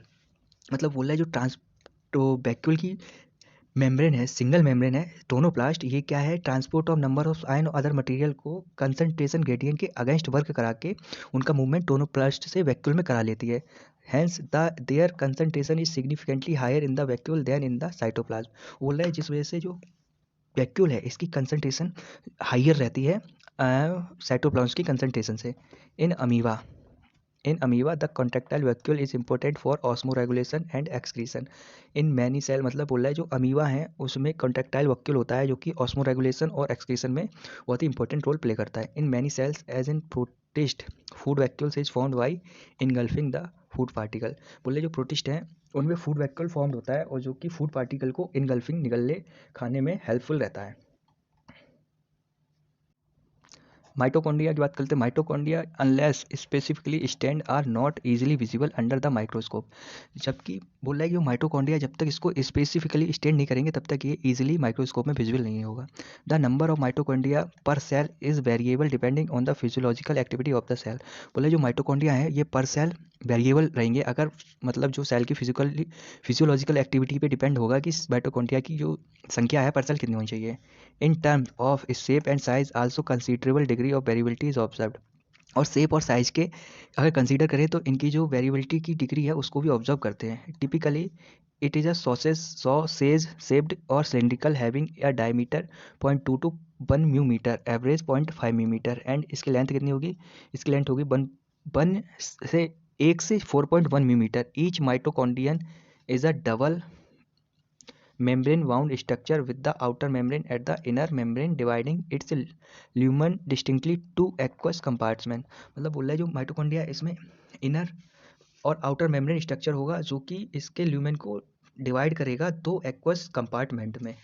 The outer compartment and the inner compartment, मतलब दो compartment में divide कर रहा है कौन, इसका lumen. The inner compartment is filled with a dense homogeneous substance called matrix. जो inner compartment है इसमें होमोजेनस सब्सटेंस, एक ही टाइप का सब्सटेंस देखने को मिलेगा जिसे क्या बोल रहे हैं, मैट्रिक्स बोल रहे हैं।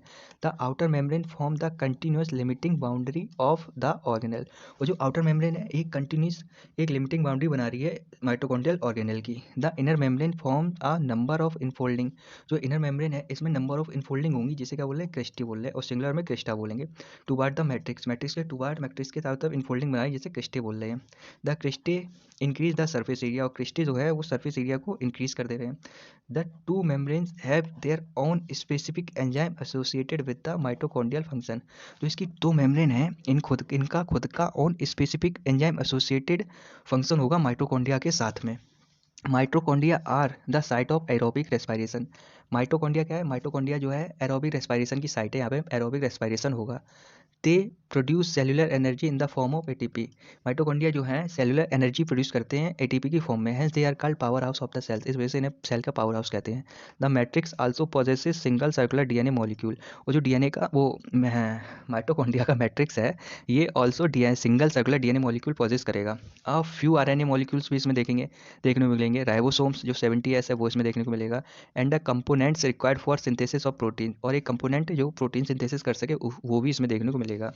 The mitochondria divide by fission, mitochondria जो है वो डिवाइड कर रहा है with the help of fission. और इसका plastid are found in all plant cells and in euglenoids, बोला है जो प्लास्टिड्स है वो सभी प्लांट सेल में देखने को मिलेगा और यूग्लिनोइड्स में देखने को मिलेगा। These are easily observe under microscope as they are large, जो प्लास्टिड है इनको माइक्रोस्कोप में इजीली अंडरस्टैंड कर लेंगे, इजीली ऑब्जर्व कर लेंगे क्योंकि ये लार्ज होते हैं। They bear some specific pigment, इनमें स्पेसिफिक पिगमेंट होते हैं, imparting specific colours to the plant, जो कि स्पेसिफिक कलर्स को इम्पार्ट करते हैं, दिखाते हैं, शो करते हैं, जो जिससे कि जो प्लांट हैं वो स्पेसिफिक कलर शो करते हैं। Based on the types of pigment plastids can be classified into chloroplast, chromoplast और ल्यूकोप्लास्ट, मतलब कि पिगमेंट के बेस पे प्लास्टिड को क्लासिफाई किया है क्लोरोप्लास्ट में, क्रोमोप्लास्ट में और ल्यूकोप्लास्ट में। The chloroplast contain chlorophyll and carotenoid pigment which are responsible trapping light energy essential for photosynthesis, बोल रहा है कि जो क्लोरोप्लास्ट है उसमें क्या क्लोरोफिल होगा और कैरोटीनॉइड होगा जो कि लाइट एनर्जी को ट्रैप करेंगे, जो कि फोटोसिंथेसिस के लिए क्या है, इसेंशियल है, ज़रूरी है। कौन क्या ट्रैप कर रहा है, कैरोटीनॉइड और chlorophyll. In chromoplast fat soluble carotenoid pigments like carotene, xanthophylls and other are present, बोल रहा है कि जो क्रोमोप्लास्ट है उसमें क्या फैट सॉल्युबल कैरोटीनॉइड पिगमेंट जैसे कि कैरोटीन, ज़ैंथोफिल और अदर पिगमेंट प्रेजेंट होंगे। These give the part of the plant a yellow, orange और रेड कलर, और ये जो कैरोटीनॉइड क्रोमोप्लास्ट जो है कैरोटीनॉइड टाइप में, ये क्या है, जो ये प्लांट के पार्ट्स को येलो, ऑरेंज और रेड कलर प्रोवाइड करा रहे हैं। The leucoplast are the colourless plastid, leucoplast जो है वो कलरलेस प्लास्टिड है और vary shape and size with stored nutrients, और ये न्यूट्रिएंट्स को स्टोर करने के लिए शेप और साइज में वेरिएशन शो करेगा। एमाइलोप्लास्ट स्टोर कार्बोहाइड्रेट, ल्यूकोप्लास्ट में एमाइलोप्लास्ट क्या है, कार्बोहाइड्रेट को स्टोर करेगा, इससे पोटैटो मिलता है carbohydrate starch. Elaioplast store oil and fats, whereas the aleuroplast store proteins, मतलब बोला है कि एमाइलोप्लास्ट इसमें क्या स्टोर हो रहा है, कार्बोहाइड्रेट, ठीक है। इलायोप्लास्ट इसमें क्या हो रहा है, स्टोर ऑयल एंड फैट्स, ठीक है। उसके बाद एल्यूरोप्लास्ट, ये क्या स्टोर कर रहा है, ये प्रोटीन को स्टोर कर रहा है। Majority of the chloroplast of the green plants are found in the mesophyll cells of the leaves, बोल रहा है कि जो मेजॉरिटी ऑफ क्लोरोप्लास्ट है ये प्लांट की मीजोफिल सेल्स, लीफ की, प्लांट की जो पत्ती है उसकी मीजोफिल सेल में मेजॉरिटी ऑफ क्लोरोप्लास्ट देखने को मिलेंगे। These are lens shaped chloroplast, lens shape का होगा, ओवल होगा, स्पेरिकल होगा, डिस्कॉइड होगा और even ribbon like organelles having variable length, और मतलब रिबन लाइक ऑर्गेनल्स होगा जिसकी लेंथ कितनी हुई 5 से 10 मिलीमीटर और 2 से 4 मिलीमीटर, लेंथ जो है 5 से 10 मिलीमीटर और विथ जो उसकी चौड़ाई है वो 2 से 4 मिलीमीटर देखने को मिलेगी। There number of varies from per cell of the chlamydomonas a green algae 20 to 40 per cell in the mesophyll, मतलब बोल रहा है कि जो क्लेमाइडोमोनास इसमें कितना है, एक सेल में एक पर सेल, ठीक है। जबकि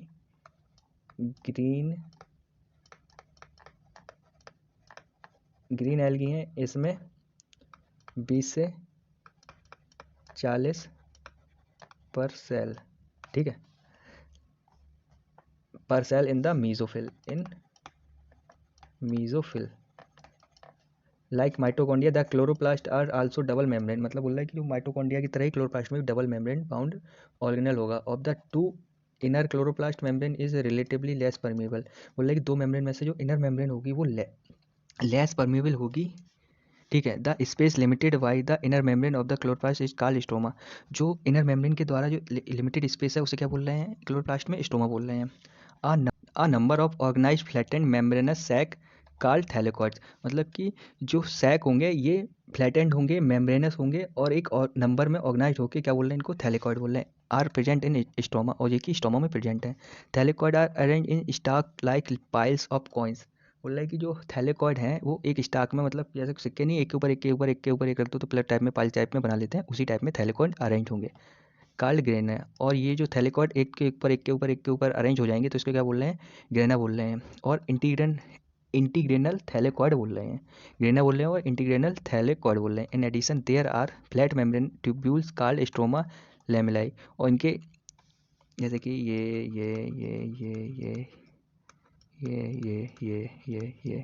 क्या है, थैलेकॉइड है। एक स्ट्रक्चर है तो उसे क्या बोल रहे हैं, थाइलेकॉइड बोल रहे हैं। और ये जो पूरे पूरे जो मिल के बन रहे हैं इसको क्या बोल रहे हैं, इसको बोल रहे हैं ग्रेना। क्या बोल रहे हैं, ग्रेना। और ये इस लाइन से एकदम से अटैच हैं, तो ये किससे अटैच हैं, स्ट्रोमा लेमली, स्ट्रोमा लेमली से अटैच हैं। ये देखो, ये हो गया थैलेकॉइड, ये देखो, और यही हो गई है, ये स्टोमा लेमली से अटैच है। तो वही चीज़ में बताई गई है। Connecting the thylakoid of the different grana के थैलेकॉइड को कौन कनेक्ट कर रहा है, स्टोमा लेमली कनेक्ट कर रही है। The membrane of the थैलेकॉइड्स enclose a space called lumen, जो थैलेकॉइड की मेम्ब्रेन होती है वो एक, उसमें एक स्पेस होता है, इनक्लोज स्पेस होता है, इसे क्या बोल रहे हैं, ल्यूमन बोल रहे हैं। The stoma of the chloroplast contains enzyme required for the synthesis of carbohydrate and protein. Stoma एक स्पेस है, कहाँ पे है, इनर मेम्ब्रेन ऑफ क्लोरोप्लास्ट, वहाँ पे जो स्पेस है उसे क्या स्टोमा बोल रहे हैं। उसमें कुछ एंजाइम कंटेन होंगे, मतलब उसमें कुछ एंजाइम पाए जाएंगे जो कि कार्बोहाइड्रेट और प्रोटीन के सिंथेसिस के लिए रिक्वायरमेंट होंगे। It also contain small double standard circular DNA, chloroplast जो है ये भी small double standard circular DNA contain करेगा, एंड राइबोसोम्स को भी कंटेन करेगा। इसमें राइबोसोम 70S टाइप का, ठीक है। Chlorophyll pigment are present in the thylakoid, और क्लोरोफिल पिगमेंट जो है थैलेकॉइड में प्रेजेंट होंगे। The ribosome of chloroplast are 70S, than cytoplasmic ribosome 80S। बोल रहा है जो क्लोरोप्लास्ट में जो राइबोसोम होगा वो 70S होगा, और जो साइटोप्लाज्मिक राइबोसोम होगा वो 80S होगा, ठीक है। इसकी दो सब यूनिट 30S और 50S, और इसकी दो सब यूनिट 40S और 60S। Granular structure first observed under electron microscope as dense particle by George Palade 1953। बोल रहा है जो राइबोसोम है ये ग्रेनुलर स्ट्रक्चर है, और जिसको माइक्रोस्कोप में ऑब्जर्व किया था जॉर्ज पलाडे में, और ये डेंस पार्टिकल रूप में दिख रहा था माइक्रोस्कोप, इलेक्ट्रॉन माइक्रोस्कोप के अंदर। They are composed of ribonucleic acid, और ये राइबोन्यूक्लिक एसिड प्रोटीन से सराउंडेड होते हैं, और इनकी जो ये किसी भी मेम्ब्रेन से सराउंडेड नहीं होते हैं, ठीक है। The eukaryotic ribosome are 80S, eukaryotic जो राइबोसोम है वो 80S का है, जबकि प्रोकैरियोटिक राइबोसोम 70S का है। ईच राइबोसोम हैज़ 2 सब यूनिट लार्जर एंड स्मॉलर सब यूनिट, और हर राइबोसोम में 2 सब यूनिट होंगी, एक लार्जर होगी स्मॉल होगी। द 2 सब unit of 80S is 60 and 40S, देखो ये बताया 60S and 40S, while the 70S ribosome 50S and 30S। Hand जो एस जो यूज कर रहे हैं वो स्वेडबर्ग यूनिट है, स्टैंड फॉर सेडिमेंटेशन कॉफिशिएंट, मतलब जो इसका सेडिमेंटेशन कॉफिशिएंट है उसके लिए स्वेडबर्ग यूनिट एस का यूज कर रहे हैं। It is indirectly a measure of density and size both as 70S and 80S ribosome are composed of subunit, और जो सेडिमेंटेशन कॉफिशिएंट है ये इनडायरेक्टली 80S और 70S दोनों टाइप के राइबोसोम की डेंसिटी और साइज को मीजर कर रहा है। अब बात कर लेते हैं इसका cytoskeleton and elaborate network of filamentous proteinaceous structure consisting of microtubules, microfilament and intermediate filament present in the cytoplasm is collectively refer to as cytoskeleton. बोल रहा है कि जो साइटोस्केलेटन है एक इलेबोरेट नेटवर्क है, फिलामेंटस प्रोटीनीस स्ट्रक्चर है, जिससे क्या बनना है, माइक्रोट्यूब्यूल्स हैं, जिसमें माइक्रोफिलामेंट और इंटरमीडिएट फिलामेंट प्रेजेंट है साइटोप्लाज्म में, और इन सबको कलेक्टिवली कर दें तो क्या बोल रहे हैं, साइटोस्केलेटन बोल रहे हैं, ठीक है। The cytoskeleton in a cell are involve in many function such as mechanical support, motility, maintain of the shape of the cell. जो साइटोस्केलेटन ऑफ सेल है ये काफ़ी सारे फंक्शंस हैं उनमें इन्वॉल्व हो रहा है, जैसे कि मैकेनिकल सपोर्ट प्रोवाइड कर रहा है सेल को, मोटिलिटी प्रोवाइड कर रहा है सेल को, मेंटेन कर रहा है सेल के शेप को। ये सब क्या है, इसके मेनली इन्वॉल्व फंक्शन है। अब उसके बाद बात कर लेते हैं सीलिया एंड फ्लैजेला की। सीलियम सिंगुलर, फ्लैजेलम सिंगुलर है। Are hair like outgrowth of the cell. Cilia और फ्लैजेला क्या है, hair like growth outgrowth है सेल की मेम्ब्रेन से। Cilia small structure which work like oars causing the movement of either the cell or the surrounding fluid. क्या बोला है, सीलिया जो है स्मॉल स्ट्रक्चर है जो कि ओर्स चप्पू की तरह काम करता है, और ये क्या है, जो सेल के सराउंडिंग फ्लूइड है उसके मूवमेंट में हेल्पफुल रहता है। कौन, cilia. Flagella are comparatively longer and reasonable of for cell movement. Flagella है जो लॉन्गर होता है और सेल के मूवमेंट में रिस्पॉन्सिबल होता है। The prokaryotic bacteria also possess flagella, जो प्रोकैरियोटिक बैक्टीरिया उसमें फ्लैजेला पाया जाता है, but these are structurally different from the eukaryotic flagella. लेकिन जो प्रोकैरियोटिक का फ्लैजेला है वो स्ट्रक्चर में यूकैरियोटिक के फ्लैजेला से डिफरेंट होता है। The electron microscopic study of cilium or flagellum so that they are covered with plasma membrane. बोल रहा है कि जो इलेक्ट्रॉन माइक्रोस्कोपिक में जो फ्लैजेला और सीलिया की स्टडी की गई तो देखा गया कि ये प्लाज्मा मेम्बर से कवर्ड रहते हैं। देयर कोर कार्ड एक्सोनिम, और इनके जो कोर है उसको क्या एक्सोनिम बोल रहे हैं। Possesses a number of microtubules running parallel in the long axis, और जो इनका एक्सोनिम है उसमें माइक्रोट्यूब्यूल्स देखने को मिलेंगे और पैरेलल लॉन्ग एक्सिस के पैरेलल रनिंग करते हुए देखने को मिलेंगे।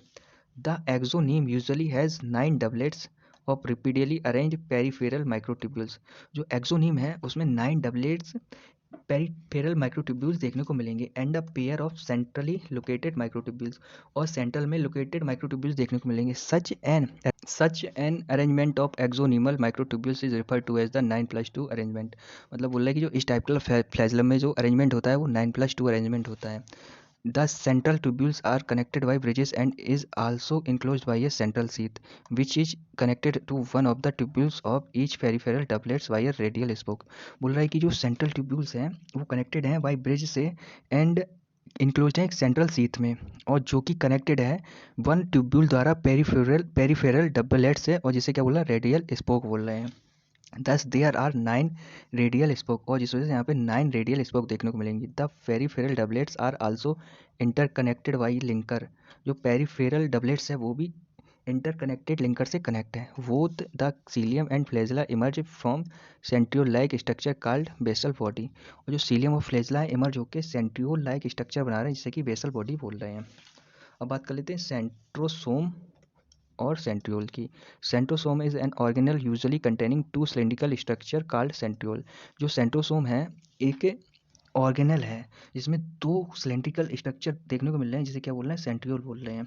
दे are surrounded by a amorphous pericentriolar material, और ये एक एमोर्फस पेरीसेंट्रियोलर मटेरियल से क्या है सराउंडेड रहते हैं। वो the centriole in centrosome lie perpendicular.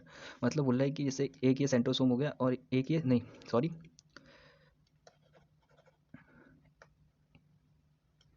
एक ये सेंट्रोसोम हो गया, सेंट्रियोल है ये, और एक सेंट्रियोल ये हो गया। अब इन दोनों को इकट्ठा मिला दें तो क्या बोल रहे हैं सेंट्रोसोम बोल रहे हैं, और ये एक एमोर्फस पेरीसेंट्रियोलर फ्लूइड्स मटेरियल से सराउंडेड रहता है। ठीक है, तो अब इसका एक ये सिंगल बना रहे हैं तो इसे बोल रहे हैं सेंट्रियोल्स, और अगर इकट्ठे दोनों बन रहे हैं 90 मतलब कि परपेंडिकुलर टू ईच अदर तो क्या बोल रहे हैं इसको सेंट्रोसोम बोल रहे हैं।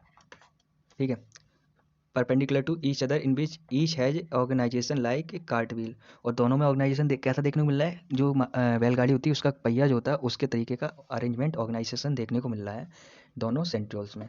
They are made up of 9 evenly spaced peripheral fibrils of tubulin protein. बोल रहा है कि ये जो सेंट्रियोल हैं ये 9 evenly spaced peripheral fibrils of tubulin protein से मिलकर बने होते हैं। Each of the peripheral fibril has a triplet, और जो पेरिफेरल पे फाइब्रिल जो है प्रोटीन जो है ट्यूबुलिन प्रोटीन जो पेरिफेरल पे है वो क्या ट्रिपलेट की फॉर्म में होगी। The adjacent triplet are also linked, और जो एडजेसेंट ट्रिपलेट्स जो होंगे वो आपस में लिंक हो गए। The central part of proximal region of the centriole is also proteinaceous and called hub. जो सेंट्रल पार्ट होगा सेंट्रियोल्स का वो भी प्रोटीन ही से होगा, उसे क्या बोलेंगे हब बोलेंगे। Which is connected with tubules, जो कि ट्यूब्यूल्स के द्वारा कनेक्टेड होगा of the peripheral triplets bye radial spoke, और पेरिफेरल ट्रिपलेट्स से कनेक्ट होगा by the spoke radially spoke से, और जो कि मेड ऑफ प्रोटीन ये भी प्रोटीन के बने हैं। The centriole form the basal body of cilia of flagella. जो सेंट्रियोल है ये basal body of cilia of flagella है and spindle fibres that give rise to spindle apparatus during cell division in animal. और क्या बना रहा है centriole form कर रहा है क्या सीलिया और फ्लैजेला की वेसल बॉडी को, और स्पिंडल फाइबर को भी मतलब कि बना रहा है कब स्पिंडल अपरेटस, कब जब सेल डिवाइड कर रही है एनिमल सेल में तब स्पिंडल अपरेटस को बना रहा है स्पिंडल फाइबर्स की हेल्प से। कौन सेंट्रियोल। ठीक है, अब बात कर लेते हैं न्यूक्लियस की। Nucleus as a cell organelle was first described by Robert Brown. Nucleus वो सेल ऑर्गेनल सबसे पहले किसने बताया था रॉबर्ट ब्राउन ने बताया था एज अर्ली 1831। कब बताया था 1831 में बताया था। Later the material of the nucleus stained by the basic. जो बाद में जो न्यूक्लियस का मटेरियल है ये स्टैंड किया गया बेसिक डाई से, was given the name chromatin by Flemming. और बाद में जो न्यूक्लियस है इसको बेसिक डाई से स्टैंड किया गया और बाद में से क्या नाम दिया, क्रोमेटिन नाम दिया, किसने, फ्लेमिंग ने।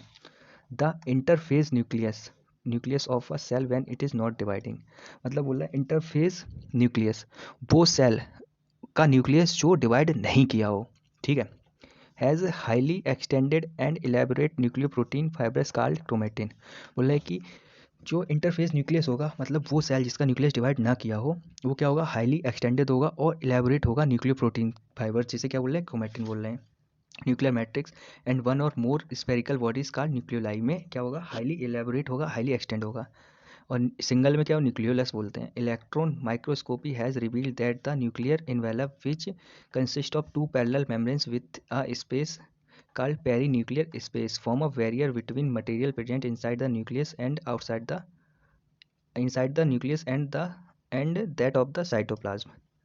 बोला है कि जो इलेक्ट्रॉन माइक्रोस्कोप से जब न्यूक्लियस को देखा गया तो इसमें क्या कंसिस्ट हुआ, इसमें एक न्यूक्लियर मेम्ब्रेन रिवील्ड हुई, एक न्यूक्लियर मेम्ब्रेन देखी गई जिसमें which consist of two parallel membranes, जो कि दो पैरेलल मेम्ब्रेन से कंसिस्ट है और इनके बीच में स्पेस है, दो पैरेलल मेम्ब्रेन के बीच में स्पेस है 10 से 50 नैनोमीटर का, और उसको क्या बोल रहे हैं, पेरी न्यूक्लियर स्पेस बोल रहे हैं। और वो जो पेरी न्यूक्लियर स्पेस है ये बैरियर का काम कर रहा है बिटवीन किसमें, न्यूक्लियस और साइटोप्लाज्म के बीच में। कौन, पेरी न्यूक्लियर स्पेस जो है बैरियर का काम कर रहा है material present between inside the nucleus and cytoplasm में, जो मटेरियल और प्रेजेंट है वो पेरी न्यूक्लियर स्पेस बैरियर की तरह काम करके दोनों को आपस में मिलने से रोक रहा है। The outer membrane usually remains continuous with the endoplasmic reticulum and also bear ribosome on it. मतलब जो न्यूक्लियस का आउटर मेम्ब्रेन है ये कंटिन्यूस होगी एंडोप्लाज्मिक रेटिकुलम में और आल्सो बियर क्या की होगी अपने ऊपर, राइबोसोम को बियर की होगी।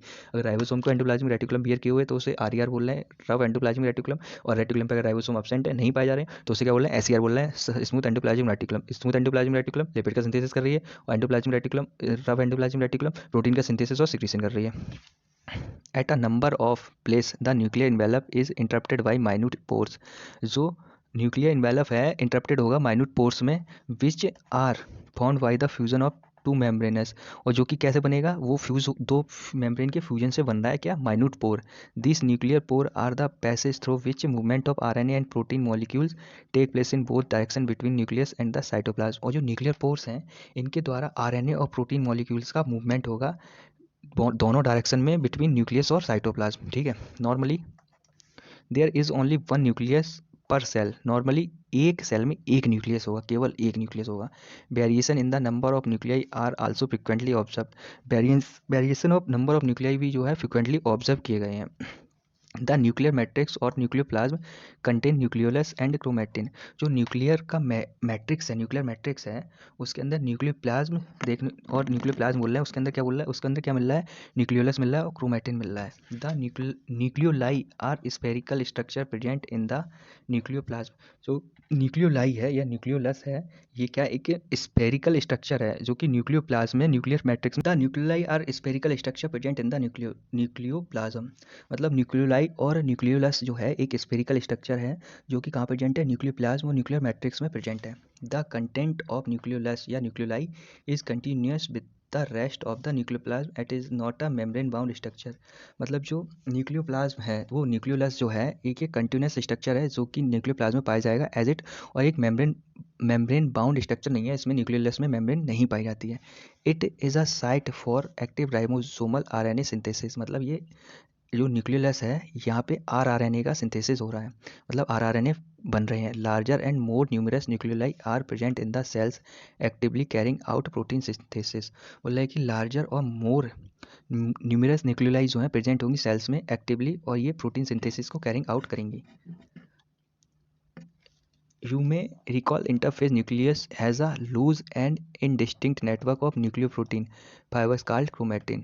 और न्यूक्लियो मैट्रिक्स में क्या है, क्रोमेटिन भी देखने को मिल रहा है जो कि क्या है, इंडिस्टिंक्ट नेटवर्क है न्यूक्लियोप्रोटीन फाइबर्स का, और इसे क्या बोल रहे हैं, क्रोमेटिन बोल रहे हैं। But during different stages of cell division cells show structure chromosome in place of nucleus. मतलब बोल रहा है कि जो सेल डिवीजन की डिफरेंट स्टेजेस होंगी उसमें जो क्या इस उसमें जो क्रोमेटिन है ये डिफरेंट स्टेजेस शो करेगा किसकी फॉर्म में, क्रोमोसोम की फॉर्म में, इन प्लेस ऑफ न्यूक्लियस की जगह पे क्रोमोसोम जो है डिफरेंट स्ट्रक्चर शो करेगा। In cell during cell division chromatin contain DNA and some basic protein called histone. जो क्रोमेटिन होगा वो डीएनए और बेसिक प्रोटीन हिस्टोन से मिलकर बने होगा, और सम कुछ नॉन हिस्टोन प्रोटीन्स भी होंगी और आरएनए भी होगा। क्रोमेटिन ये किस किस से मिलकर बना है, डीएनए प्लस बेसिक प्रोटीन्स, इसे क्या बोल रहे हैं, हिस्टोन ऑफ क्या, some non histone protein plus also RNA, इससे मिलके क्या बनना है, क्रोमेटिन। ठीक है।